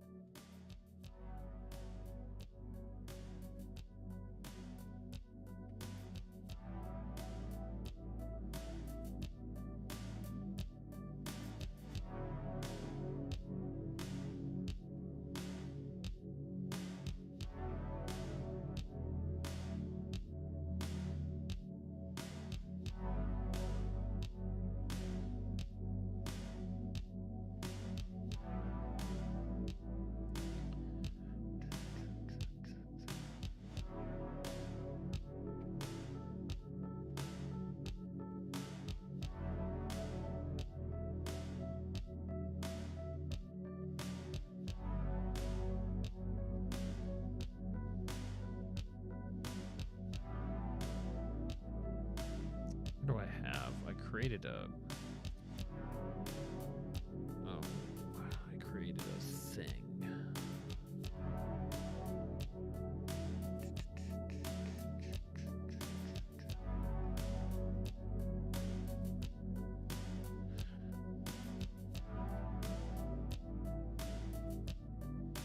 This.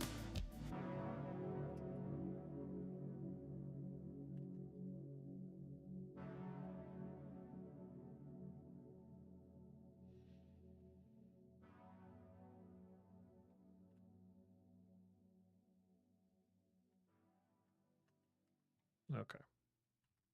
Whoop.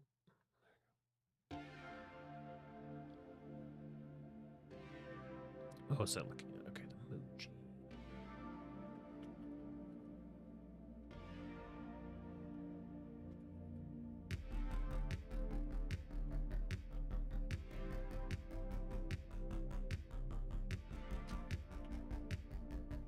Okay. So, as a primer here, emoji sounds like emoji when you're saying it because it's a new creature type called it's a minor sentimental. So sentimentals are similar to elementals, except that their nature is bound to how stressed they are. And so it actually, this is effectively a stat block for a pet rock.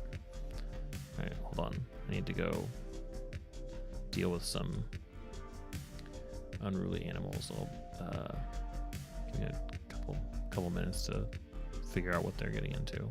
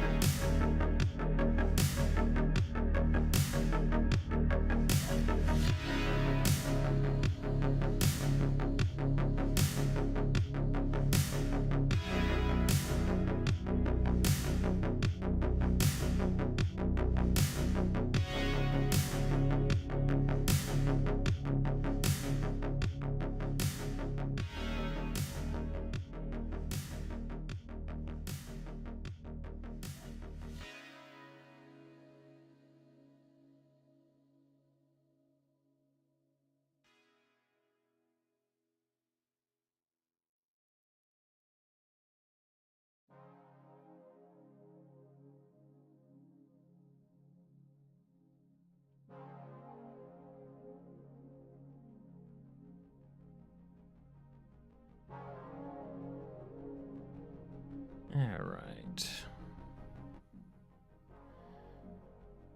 Back at it here. Okay, so emoji is basically in a dormant state,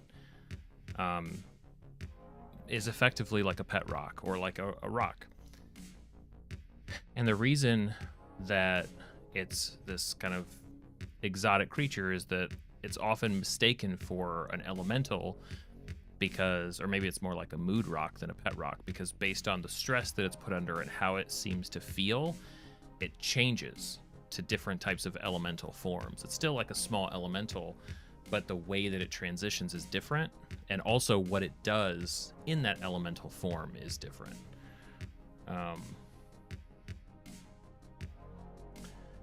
Think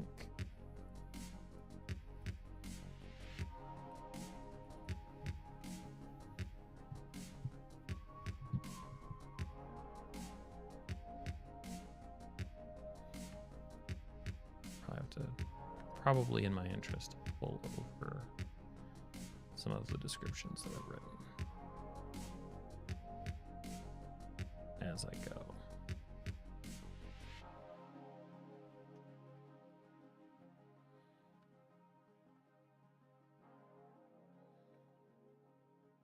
Because I think I'm going to be referencing it. Probably not the inspirations, though, but some of these ideas. Okay. About the emoji.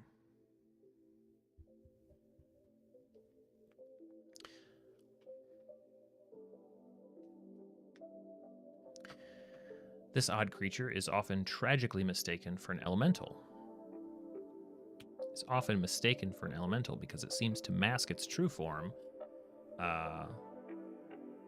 with either fire, water,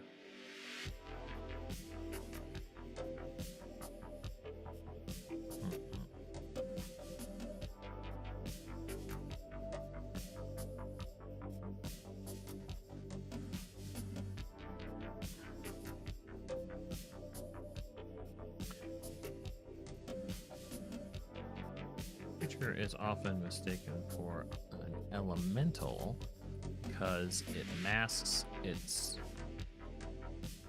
as either a rock, if it's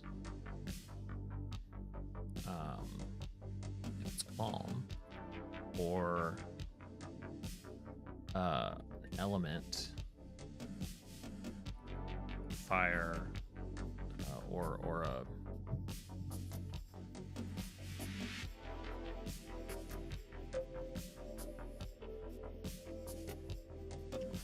say like fire, lightning,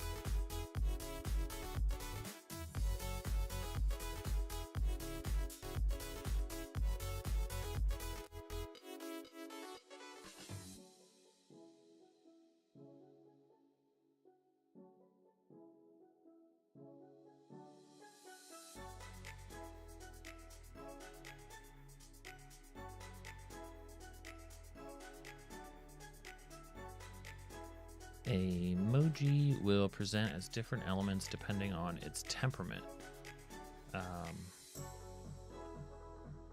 So much so that nobody is entirely sure what creature really looks like.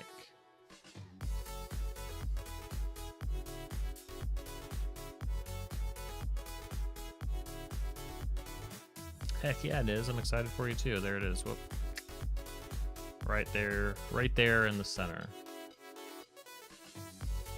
You're part of the wall now, or the pile. Whatever it is, you're a part of it.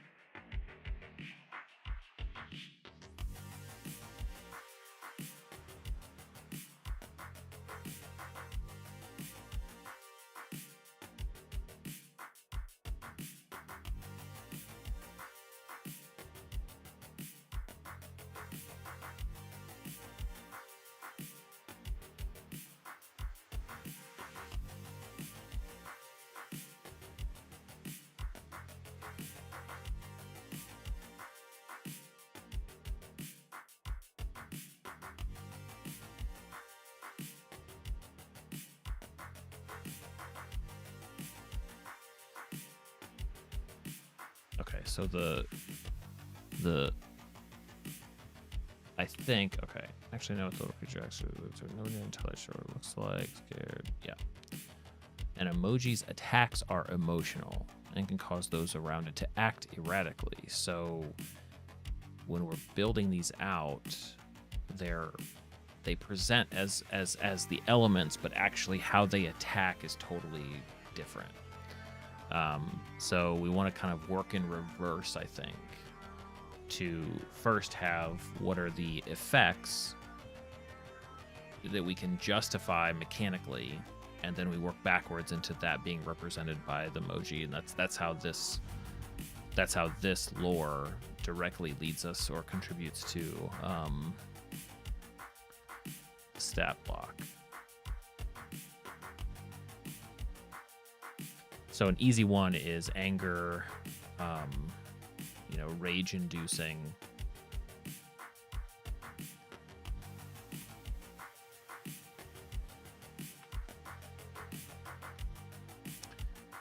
Could force an attack on a random target, like just a bout of rage, like basically random destruction.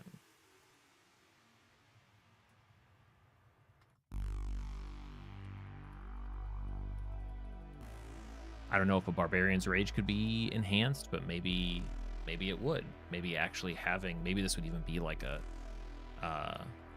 could be a tactic for barbarians to keep a pet, to train keep a pet moji.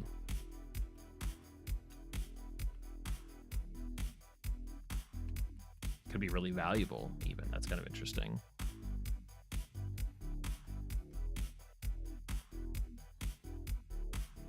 So rage is easy. What are their emotional states? Surprise.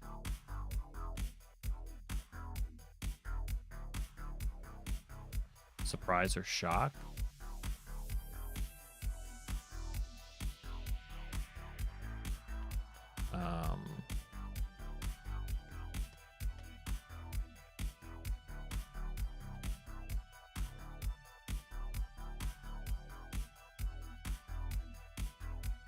Like basically being given surprise is like the surprise condition where it's like, yeah, you're gonna get skipped. Ugh. Skipped at the end of initiative.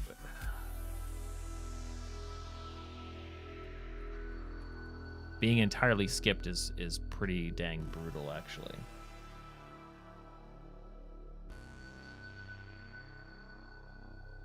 I'm not sure. Might have to come up with a... Okay. Is there a softer version of that?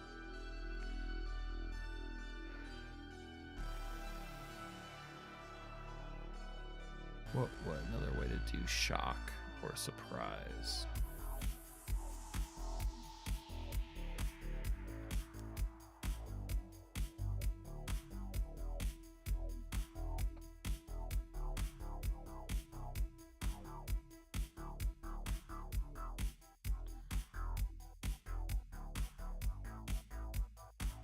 Could do a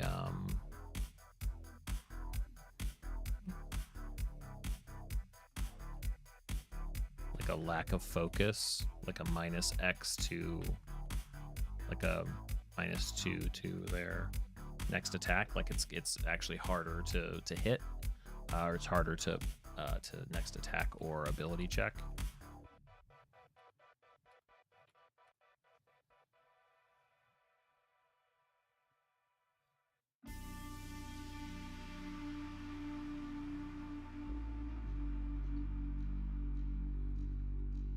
Yeah, next attack is probably the safest way to do it.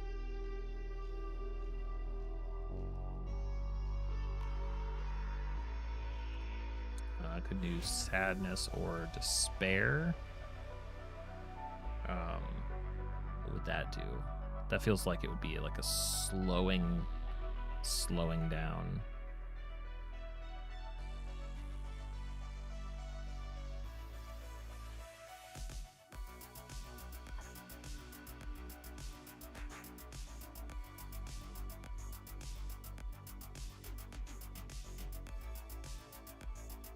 But slowing down feels even, you know.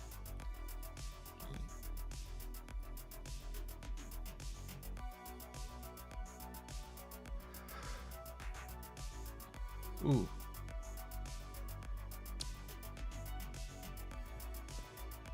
Maybe it, or is there AC?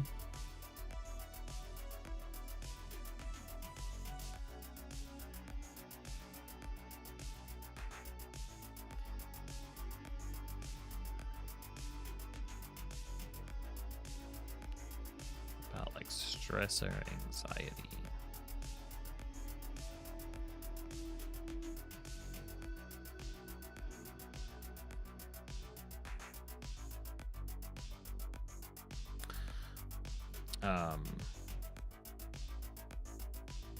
Man, that feels like a stress or anxiety feels like that could be an opportunity for maybe good or bad. Like, it's like roll a d6 and on a, how would it be? Like,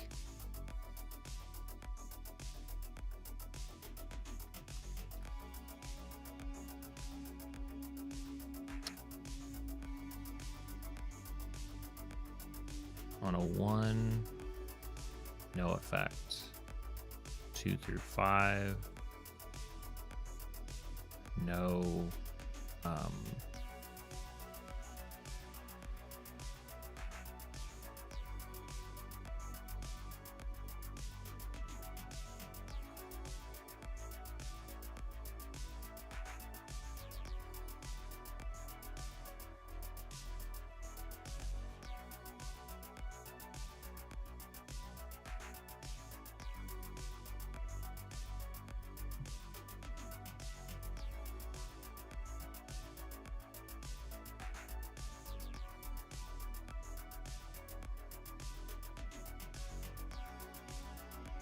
It might be too complicated, but this idea of like the spread being pretty wide, like roll a d6. On a 1, this stress anxiety source has no effect.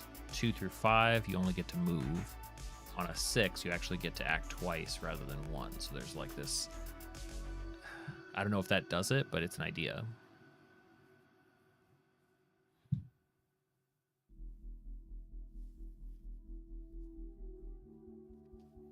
Let's see, so that gives it a handful of different possibilities, a couple of options for shock. I don't like skipped for a round, so I'm gonna say surprise or shock is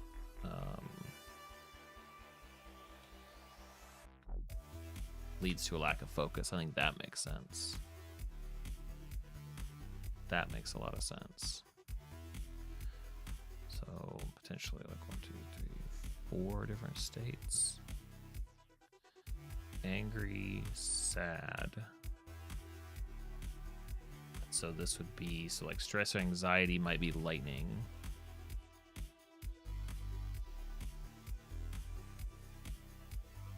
Sadness or despair could be water.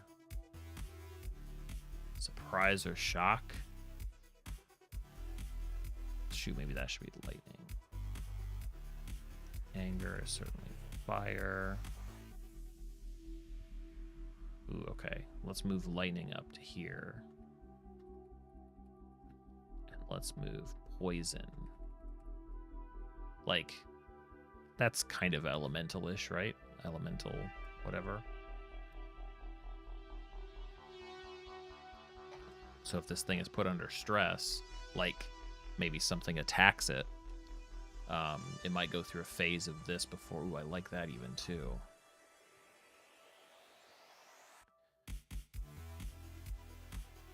So it goes from like calm to surprise to surprise would be the state that it would be in when the party, like the lights come on and the party's trying to figure out what's going on. Like that, the lightning would do that. If they attack the ball of energy, then it turns to poison, which gives out the stress and anxiety feelings.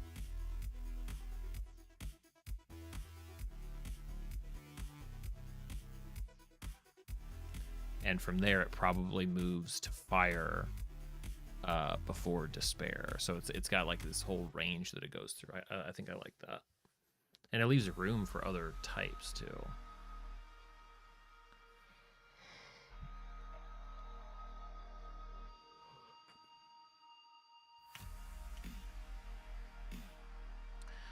Emoji's attacks are emotional and can cause those around it to act erratically. This minor sentimental creature was found somewhere in the mountains. Emotionally infused elemental, cycle through emotions. Anger, fire, sadness. Okay, I did. Oh, earth. Oh, joy. That's interesting. I mean, a rock in its peaceful state. Would there be something like nature?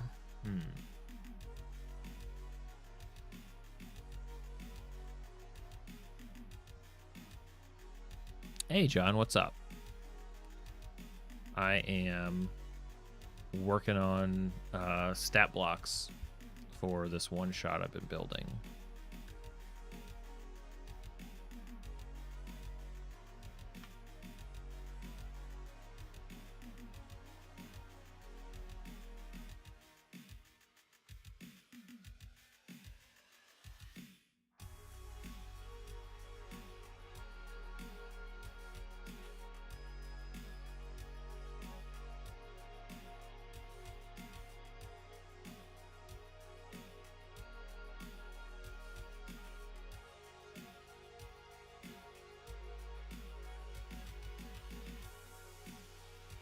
Okay, so this thing, so this emoji, it's effectively, where do I put this?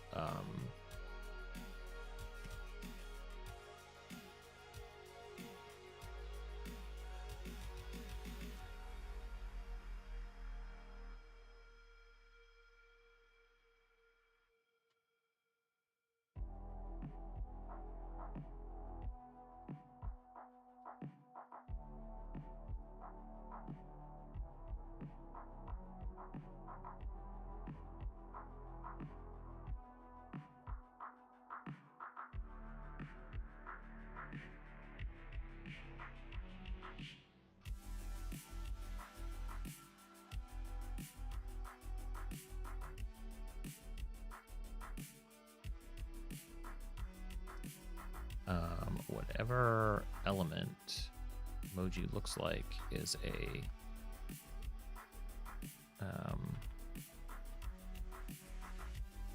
what's the right way to phrase this? It's impossible to tell the difference between emoji in its elemental forms and the element itself.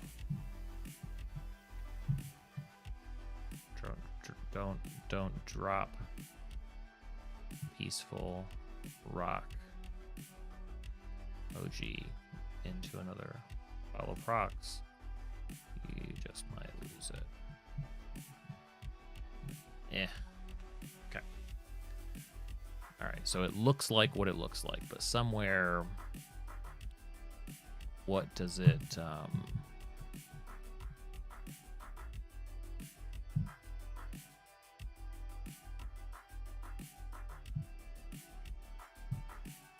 it's probably, I think that so given that what this thing's attacks are, these thing's attacks are status changing, and I feel like the changes are fast. And because it's fast and because it's sort of area of effecty, it feels like it has a high initiative. It feels it has like a really high initiative because I think these changes are super fast. It's almost a mirror of whatever, it's just like an instantaneous change. So I think it might be like some kind of crazy high initiative for a low level party. But it doesn't move.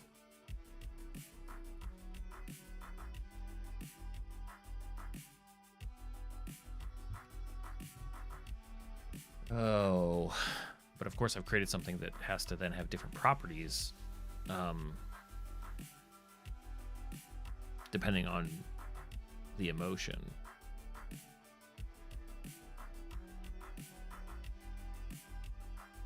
Fire, water, lightning, poison,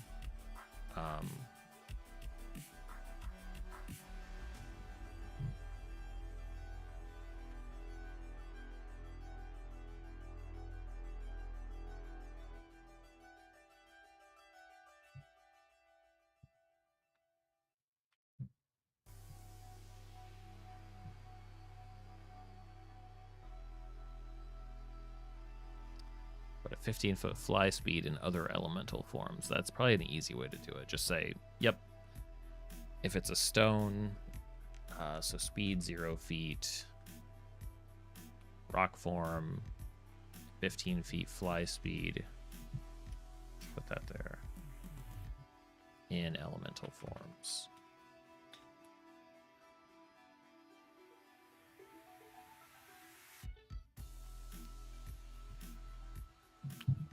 Just be speed and fly.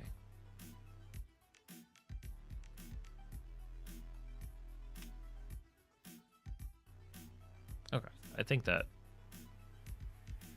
fine.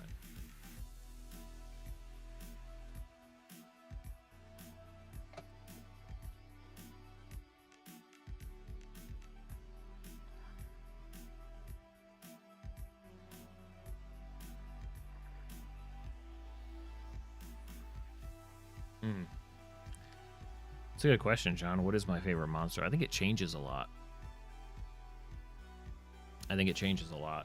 Yeah, what's my favorite monster?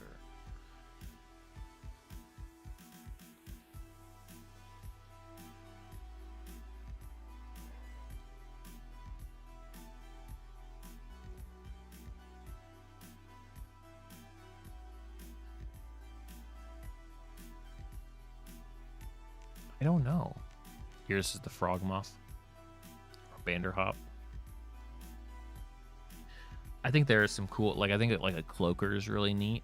I made a video about a cloaker at one point. It'd be fun to do that for a lot more monsters.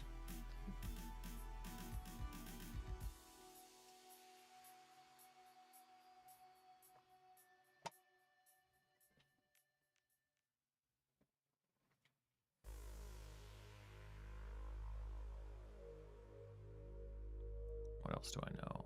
Armor class. I feel like this thing's not hard to hit. Like, it's a rock, it's not moving. Even in an elemental form, if you can catch it, I feel like this thing can be destroyed. It's almost, maybe you almost like have to want to keep it around.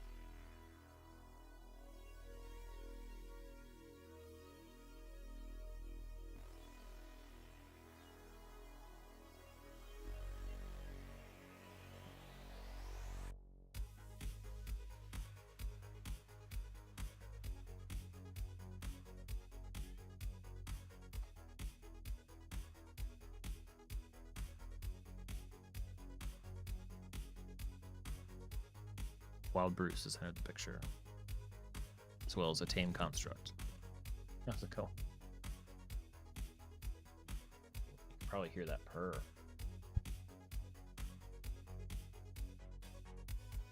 Maybe not.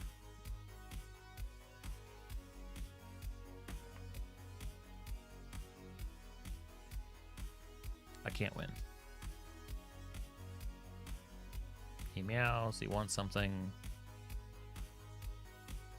Who the heck knows?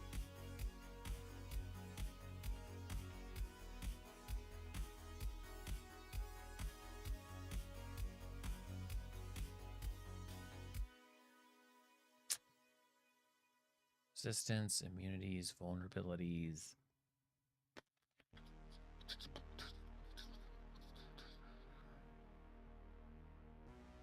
None that I can think of.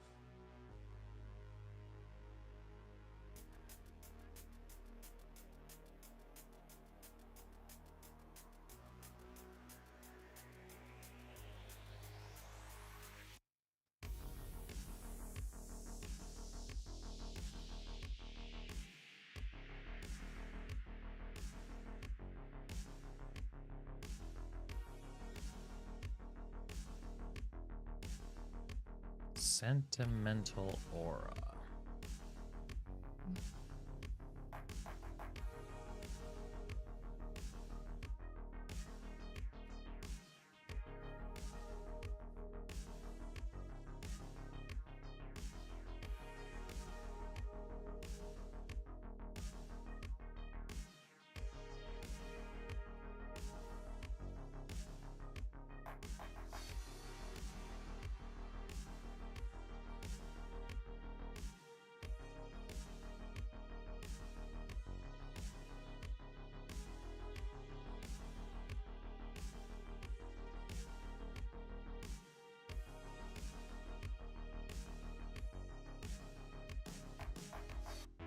So this one's a minor sentimental, so probably only like 15 feet.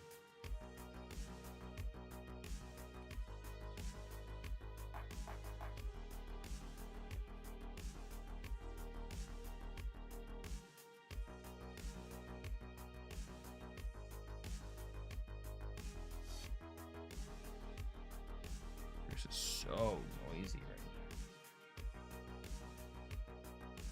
Just chill, lay down.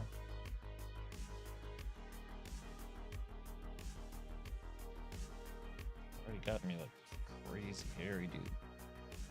No.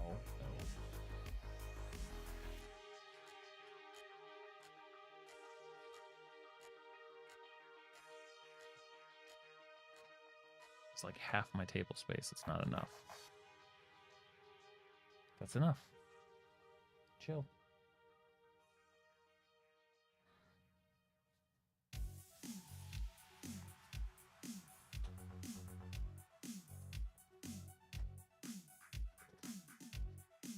All right, Bruce. You help me think.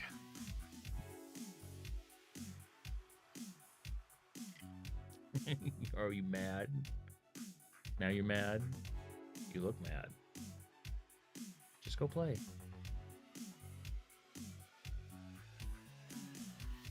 They want everything and nothing. It's the most difficult little... What? You've got food. You've got water. Go bother your brother.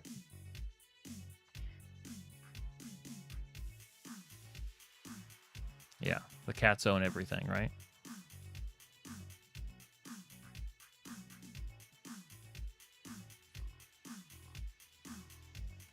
A 1 foot range or a 15 foot range?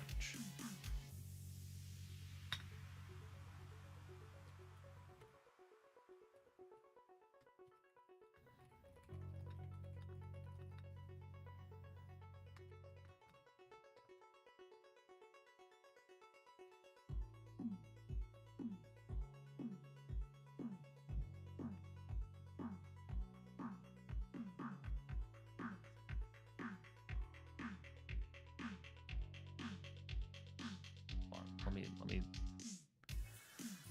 He's so demanding.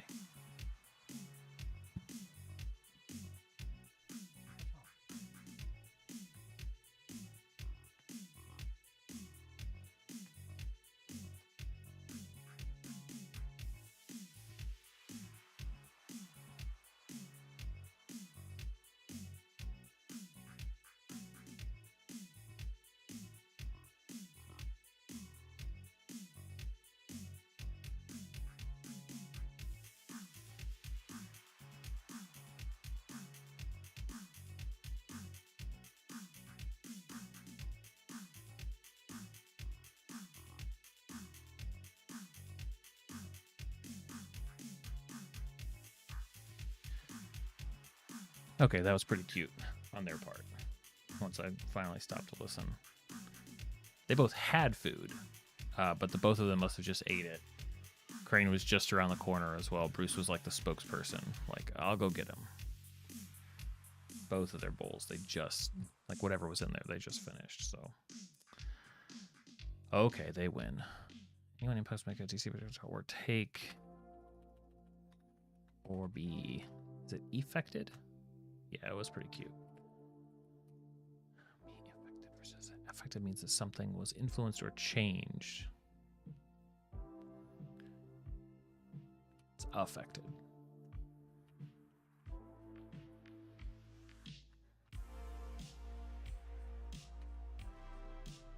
Okay. What does the friend spell do? Doesn't it make you think that you're somebody's friend? That should be the effect. That could be one of the effects. That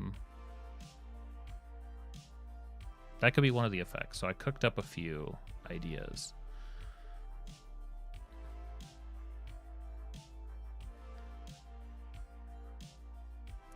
So I think there's two things.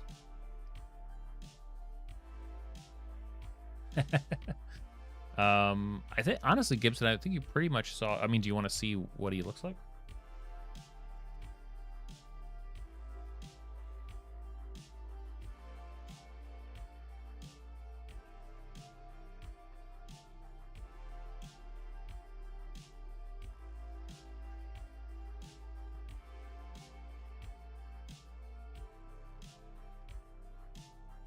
Post dry.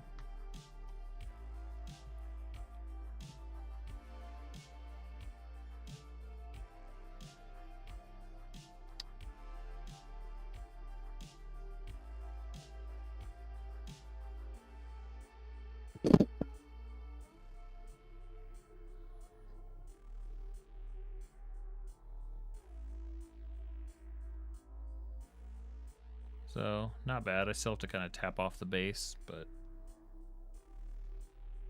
where can I set him to be in focus? Yeah. Yeah, he's pretty cool. I'll need to take some proper photos. Thanks, John. It's either Bembe or shoot, what was the other name?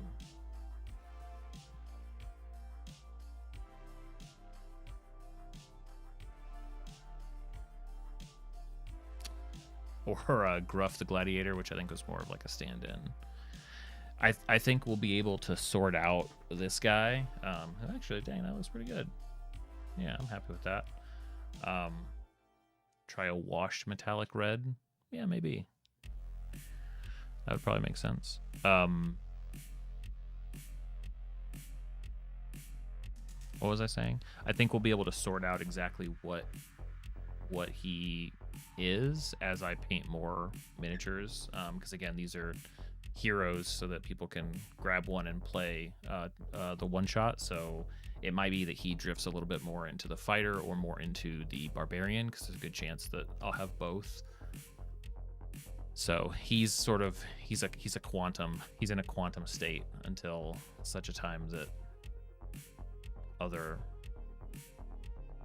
opportunities arise for him. But thanks for asking.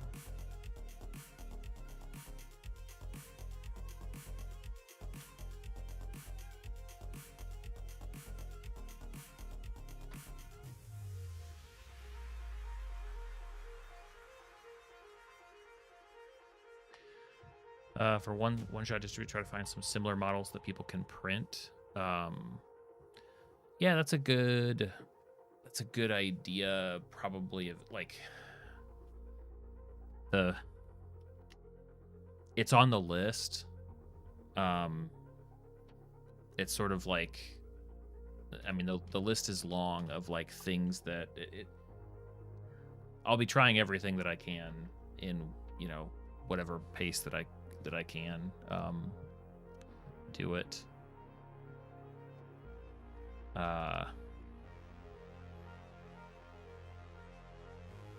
But yes, I would agree. I think that would be awesome.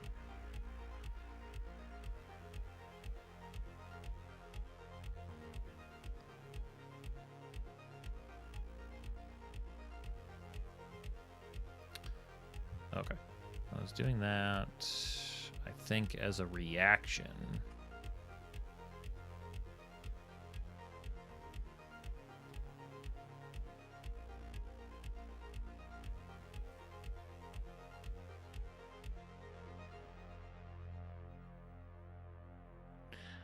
Yeah, exactly. Right, because like my hope for this stuff, a lot of these things, like even while putting together stat blocks, right? Like the stat blocks come so late in the process because, well, the exact rules aren't necessarily the most important. My goal for these things that I make is to make them in such a while that I can, or to make them in such a way that I can basically attach different stats and different rule sets to them, and the ideas are the exciting part, right? It's not really the manipulation of stats and rules. So that's sort of one big goal I have, is to be sort of probably not complete, I mean, kind of, but not entirely systemless, but just like to offer multiple systems eventually. but also to support physical play, digital play, everywhere in between, and we'll see what order all of that comes in. Yeah.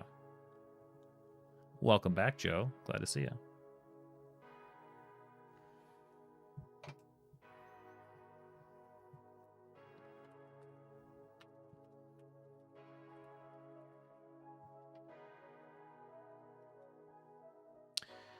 As a reaction, the emoji can change its... Let's see.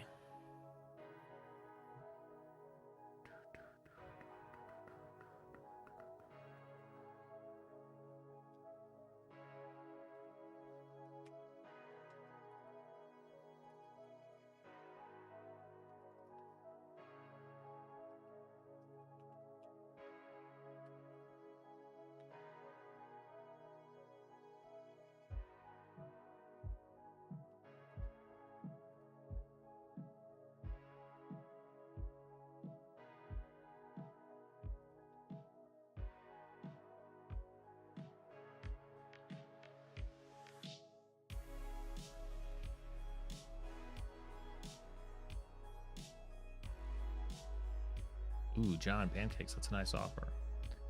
Yeah, I think an idea you're doing here would work in terms of distribution. So isn't your storytelling is minis and crafting, not VTTs, etc. for the initial audience? You know better than me. So I don't really know. Nothing is true until I find out. And so my aim is to find a way to test the waters of as many things as I can as I'm releasing these first few things, so that I can refine and figure out, like, this is my core, this is my, because yeah. So here's the thing, like, my brand, people associate me with terrain and miniatures, but the value of terrain and miniatures in the format that people watch me on video is really just that it communicates what's going on really, really well, right? It's like instant spatial, instant, characterization, location. Like, you're just getting a bunch of information all at once. Plus, it's just fun. People like seeing them. I don't think that, I could be wrong, but if I had to guess, most of the people in my like various audiences probably primarily play digitally. I think that's like the most popular way to play. But that's just my guess. That's not that I want to lean digital. It means that I feel like I need to at least experiment with it to find out.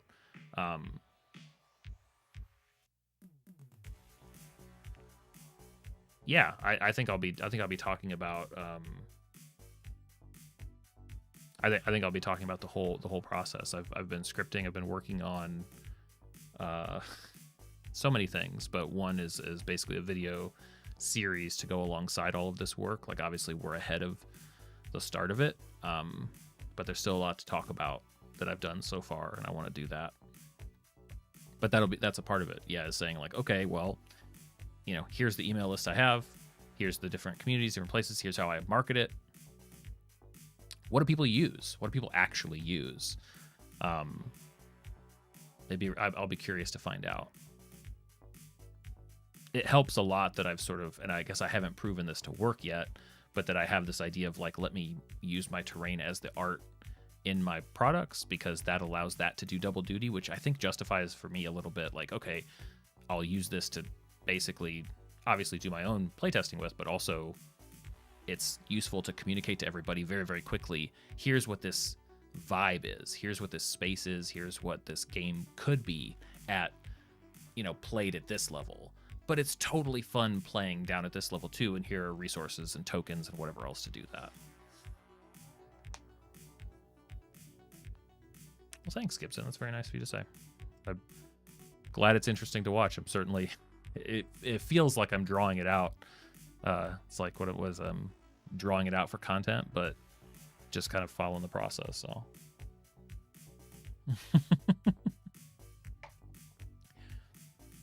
Who is well, maybe not tax write-off, but I think Black Magic Craft, Jeremy partnered up with some company, and they're actually like selling like refined down like blocks of XPS foam, which I think is just it. What have we said? What have I said before? Where it's like we're lucky that like hardware companies or like all these companies that manufacture this foam don't realize what we're using it for. They're getting close now. They're getting close to that where it's like, okay, so we post-process this into like crafting blocks and squares and lengths that are easy for people to use to make stuff. And it's like, hey guys, can you can you quiet down a bit? We don't want them to find out. I'm just joking. Obviously, I don't think that would really happen, but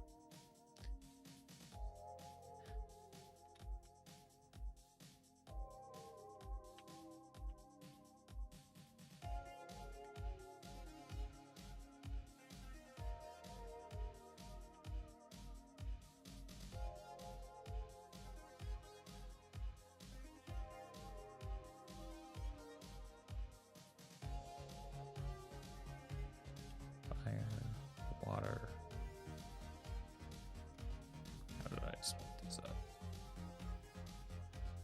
Lightning when surprised, poison when stressed.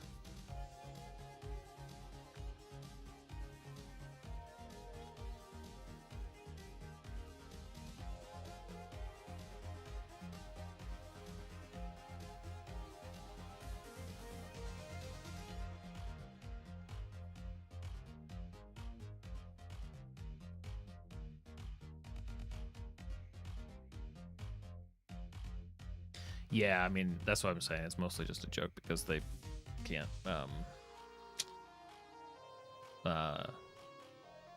it is what it is. It's a building material. It is. That's they can't undo that, right?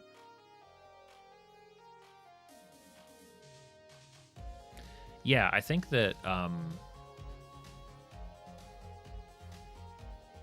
I mean, I've already done some thinking about how the creatures that I'm coming up with for this are really none of them more complicated than my pilfer, right? With the long arms, the kind of the scruffy. Like, if it's simple enough for me to sculpt out of like green stuff, it's probably simple enough that I can actually make a 3D model even without scanning it. I can probably create the shapes and make, you know, something out of that. So very simple stuff there is also interesting to me. So yeah, I mean, for now that my tactic is going to be everything everywhere all at once until I am proven, it's proven to me that that's not a good way to go. Yep. As a reaction to changing environment, or being attacked, the emoji can change its sentimental state. Is that what I called it?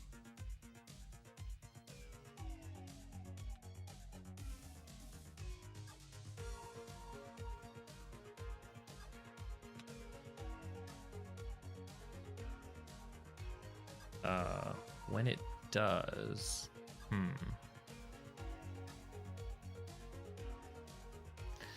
See, I like the idea.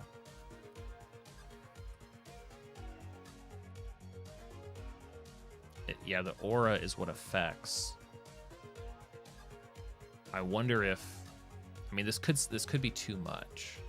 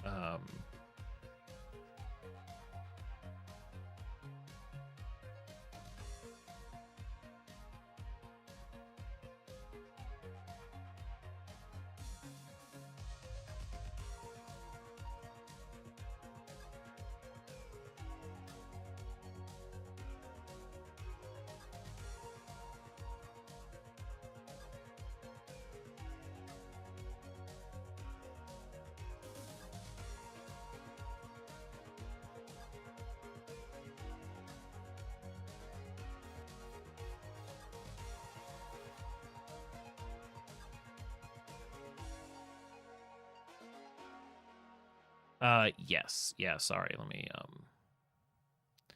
So emoji, which sounds like emoji on purpose. So this creature is often mistaken for an elemental because it masks itself as either a rock if it's calm, or an element like fire, lightning, or water if it's under some form of stress. Emoji is one of a new classification of creatures known as minor sentimentals.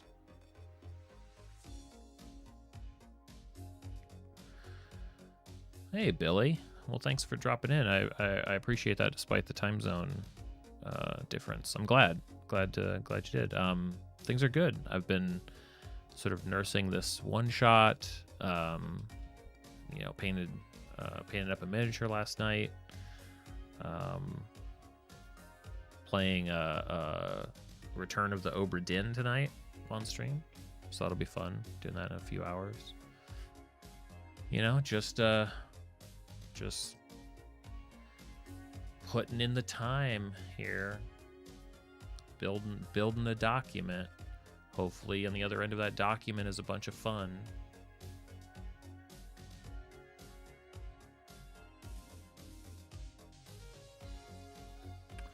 As a reaction to a change in its environment or being attacked. Maybe I need to split those out.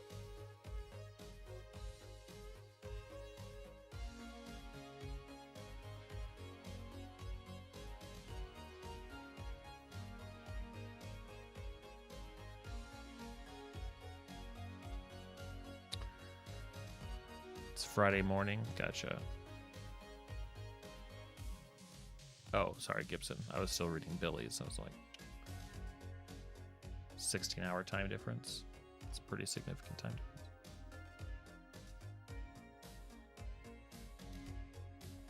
Okay, Saturday morning makes more sense.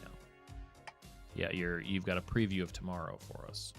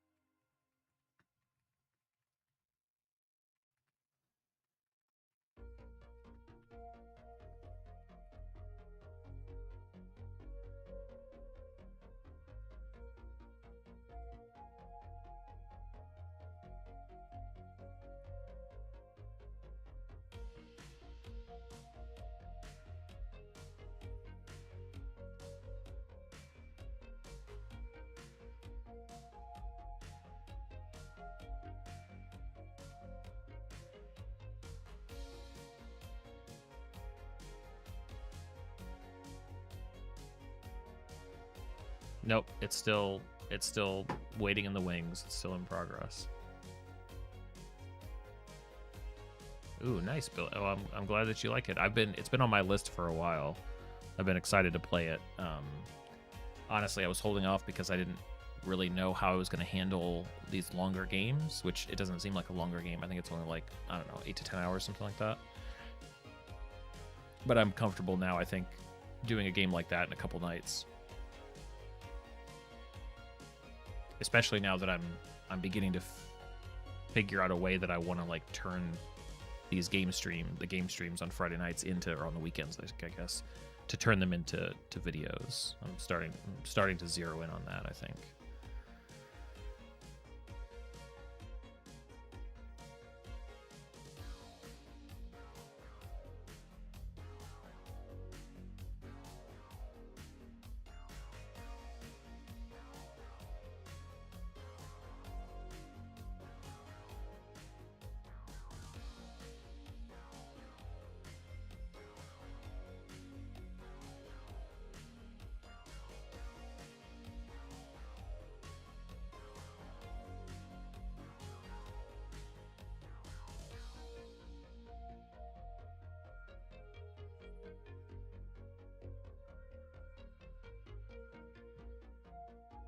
Oh, cool. Thanks, John. Yeah, the part of like I'm excited so I want to take the gameplay stuff out of the VODs and into an intentional video. And in general, the way that I think I want to do that is with two things. One, taking a version of sort of the discussion at the end where I'm saying like this is all the things that I noted while playing, and putting that at the beginning, right? So I'll make it clear that like this is at the end, or this is like basically the thesis. That way, that kind of stuff is in people's heads as they watch. Probably I should edit the playthrough to be more punchy, or I mean, it should be complete. But if I'm like stuck on a puzzle for 20 minutes, I'm not sure that I want to include that. I'll cut that. So anytime that happens, I mean, shoot, with my streams, that could mean a 3 hours, game stream becomes 20 minutes. And the other thing that I want to experiment with is what I'm kind of thinking of as like a sidebar.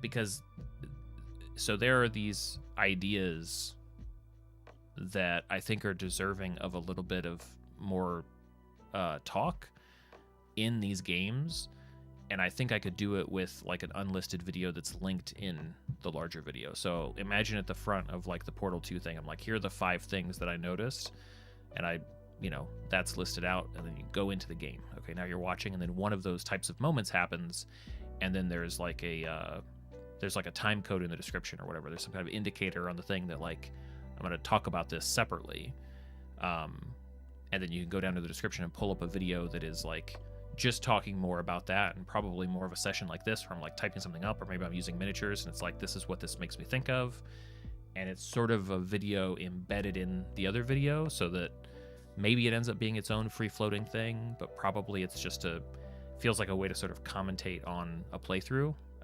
That's sort of the idea that's rolling around in my head right now.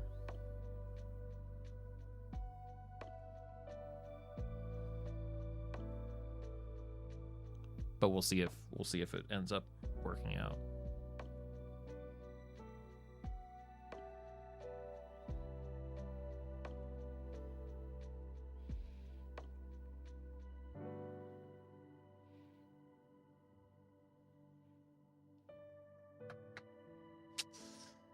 Where did my... Nope, sorry. Lost my... So it is calm, or it is surprised, or it is... What am I calling these states?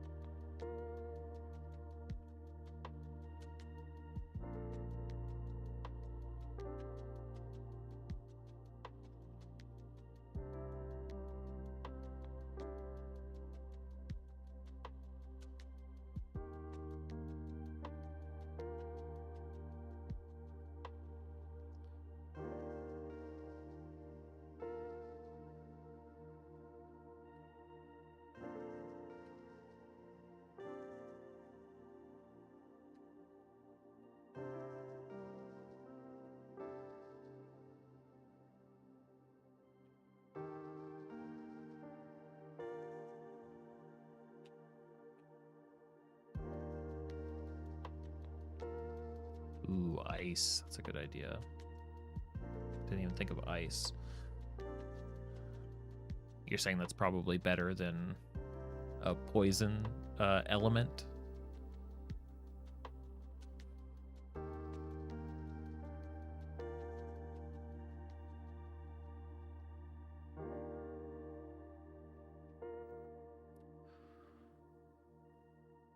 I don't have scared.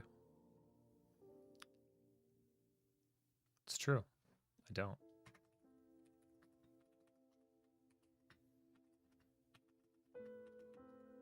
Good call. Yeah. Thank you. Good one. All right, here's what I had for these guys.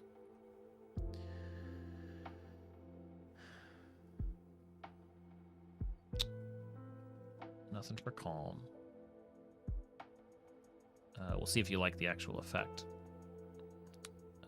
So the thing to remember here is that they've already failed a throw. For this effect to happen, they've already had a chance to avoid it.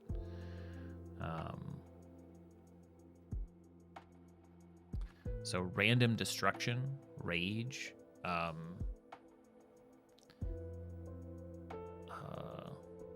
target must...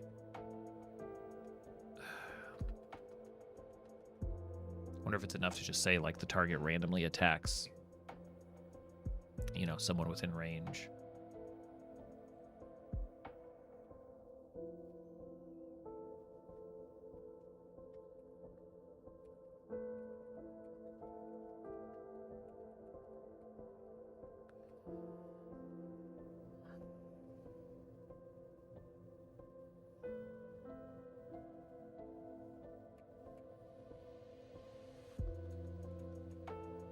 Now, how could a rage be improved upon? Like, if you're a barbarian and you get hit with this, I feel like if the target is currently raging, you know what I mean? Maybe they get an extra attack on their next turn. Because I feel like I feel like in this way, like, emoji would be almost like it would be coveted by certain types of fighters or barbarians, right? It's like a secret weapon. It's like, hey, I've got this I've got this pet rock that if I piss it off real quick before a fight, all of a sudden I'm stronger.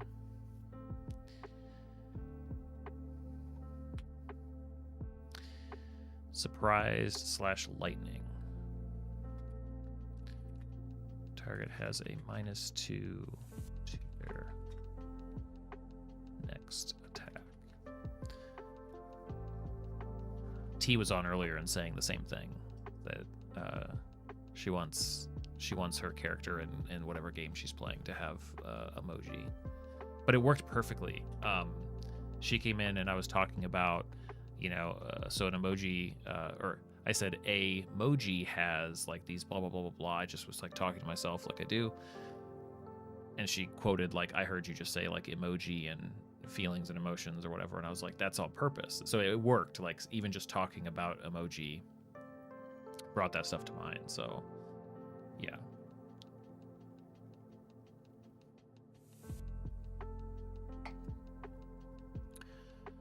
Could have added resistance. Yeah, I think that's a good idea, probably.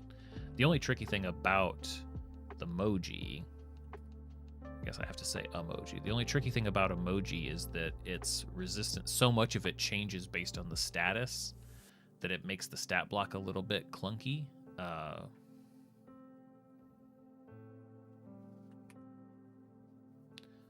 Except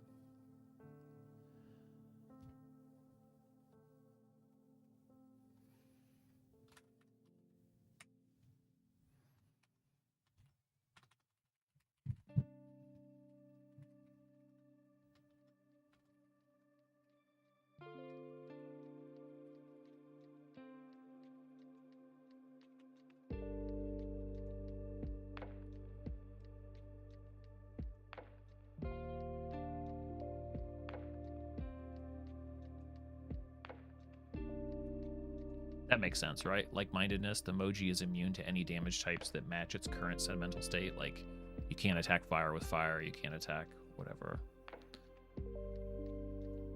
It could push people away. That's true.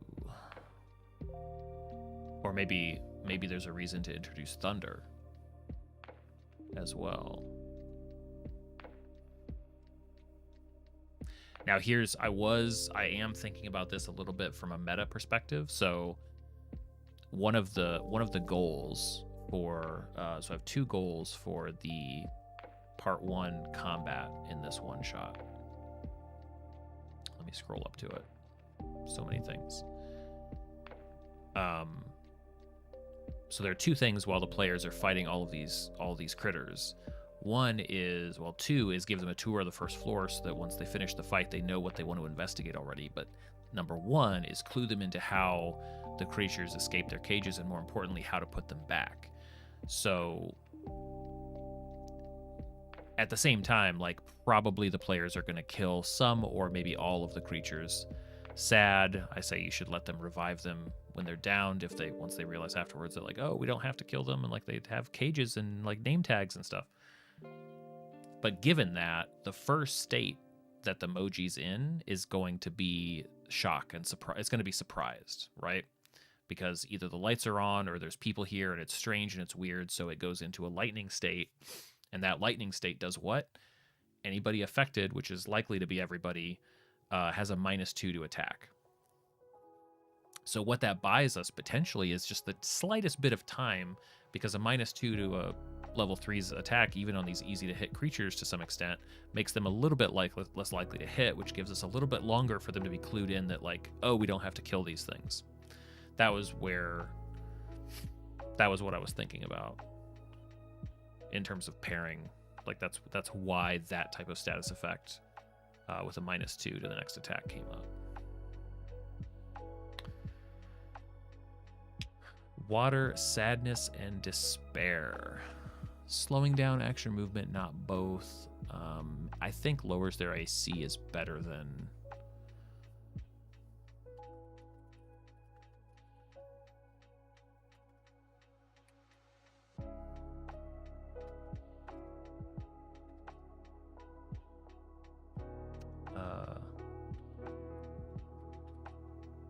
has a -2 to their AC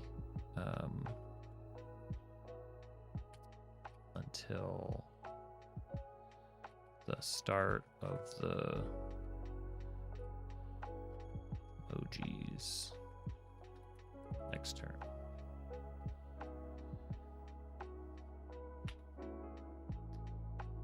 And poison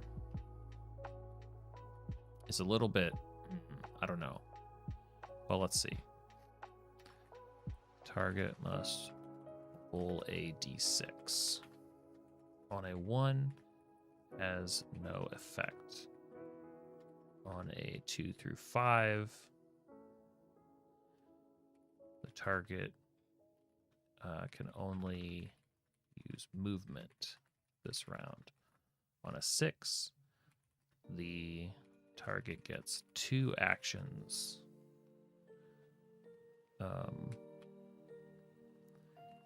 on their next turn instead of 1.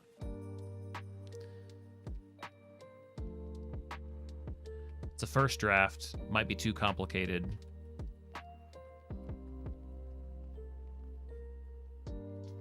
Man, what's my favorite terrain to make?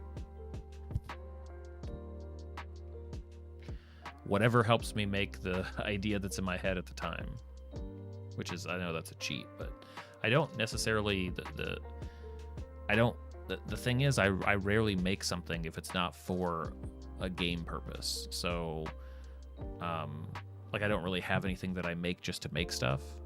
I'm almost always making it because I need to have that ability in a game.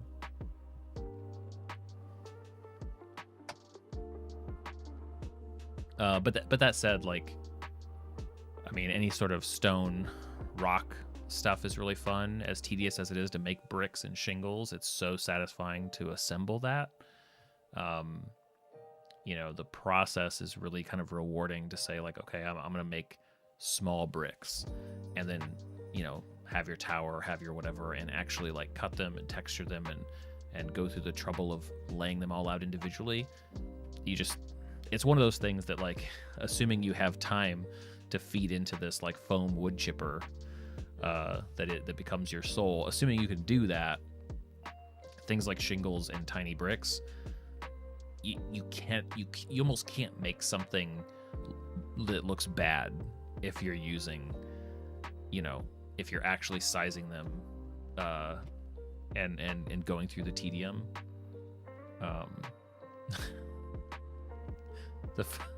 Yeah.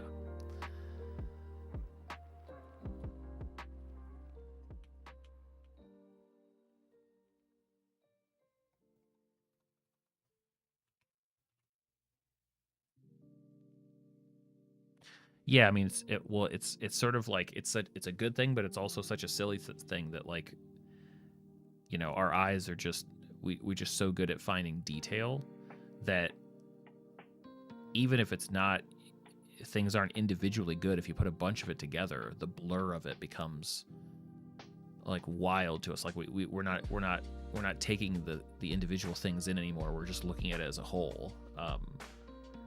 That's part of the reason that the 2-foot rule with miniatures exists, because if you can get enough of a detail on there from that away, like, you don't see the individual elements that don't look that great. You just see that it becomes a picture in your head.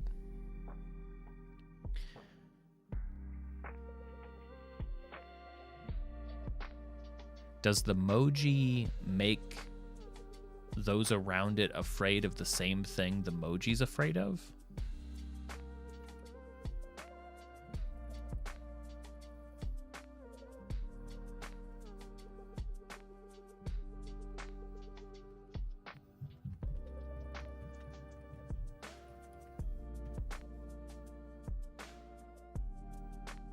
Frustration and thunder.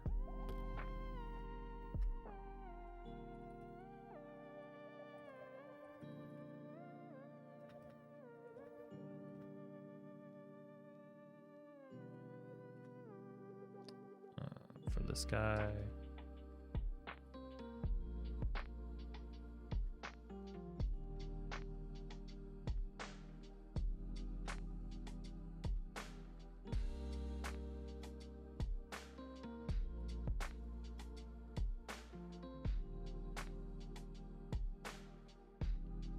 Scared.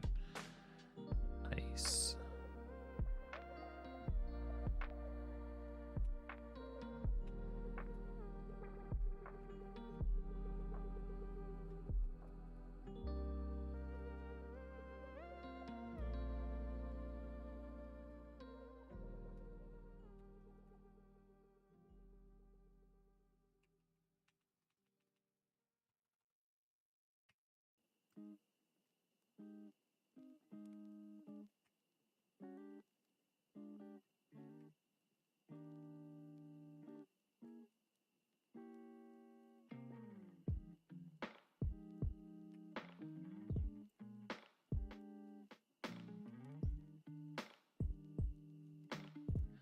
It's a lot of emotions for a little pet rock.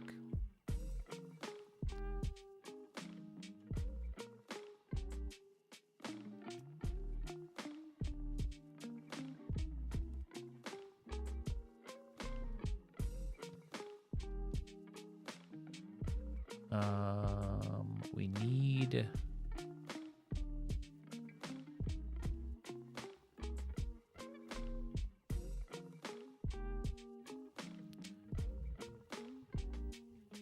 Oh, well, thank you.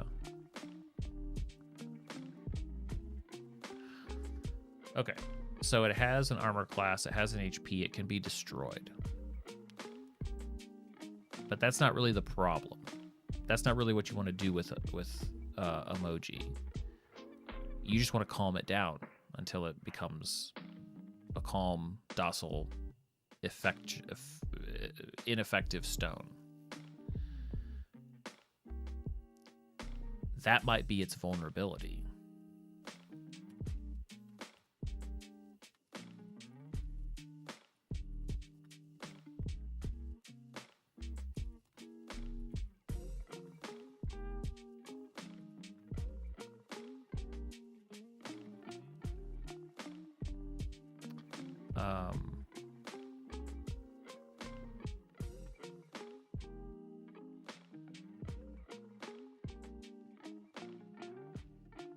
How would I put this?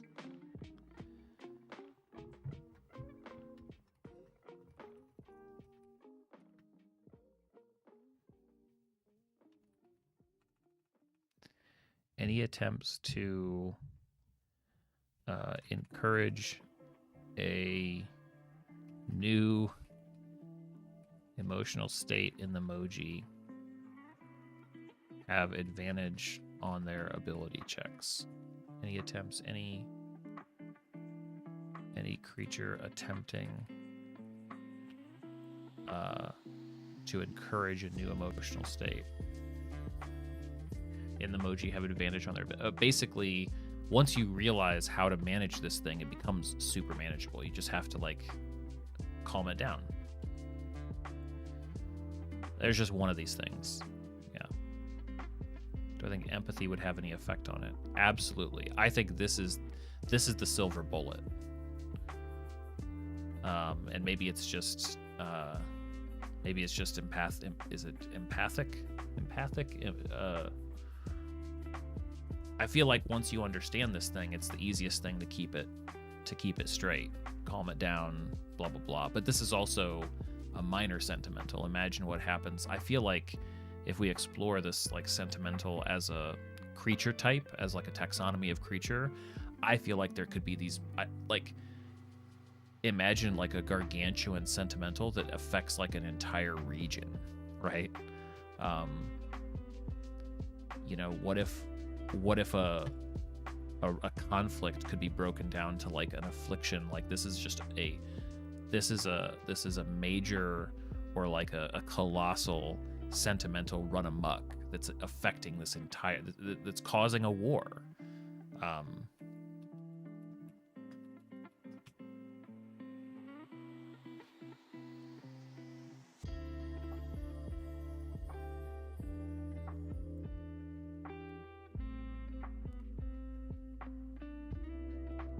And then we could have other mode, like the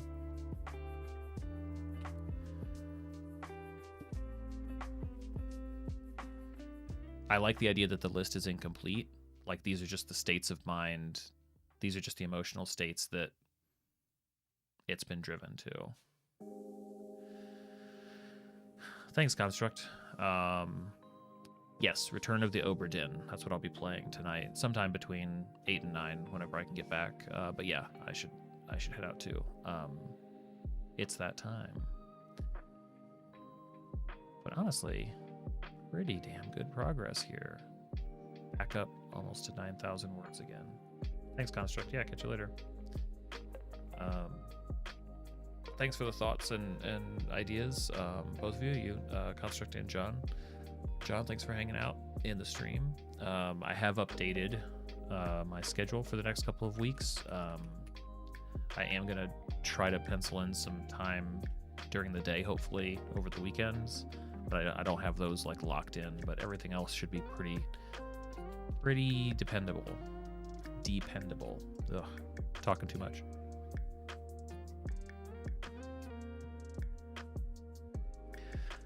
All right. Thanks, John. Thanks, everybody. Let's see. Got the schedule there. If anybody's down the Discord there. Don't forget about the support options like a brick. I have a store. Obviously, pretty soon I'll have things like Patreon and stuff in my shop to pick up and support. But for now, that's everything. And yeah, this was a good time. Feels good to get so much accomplished.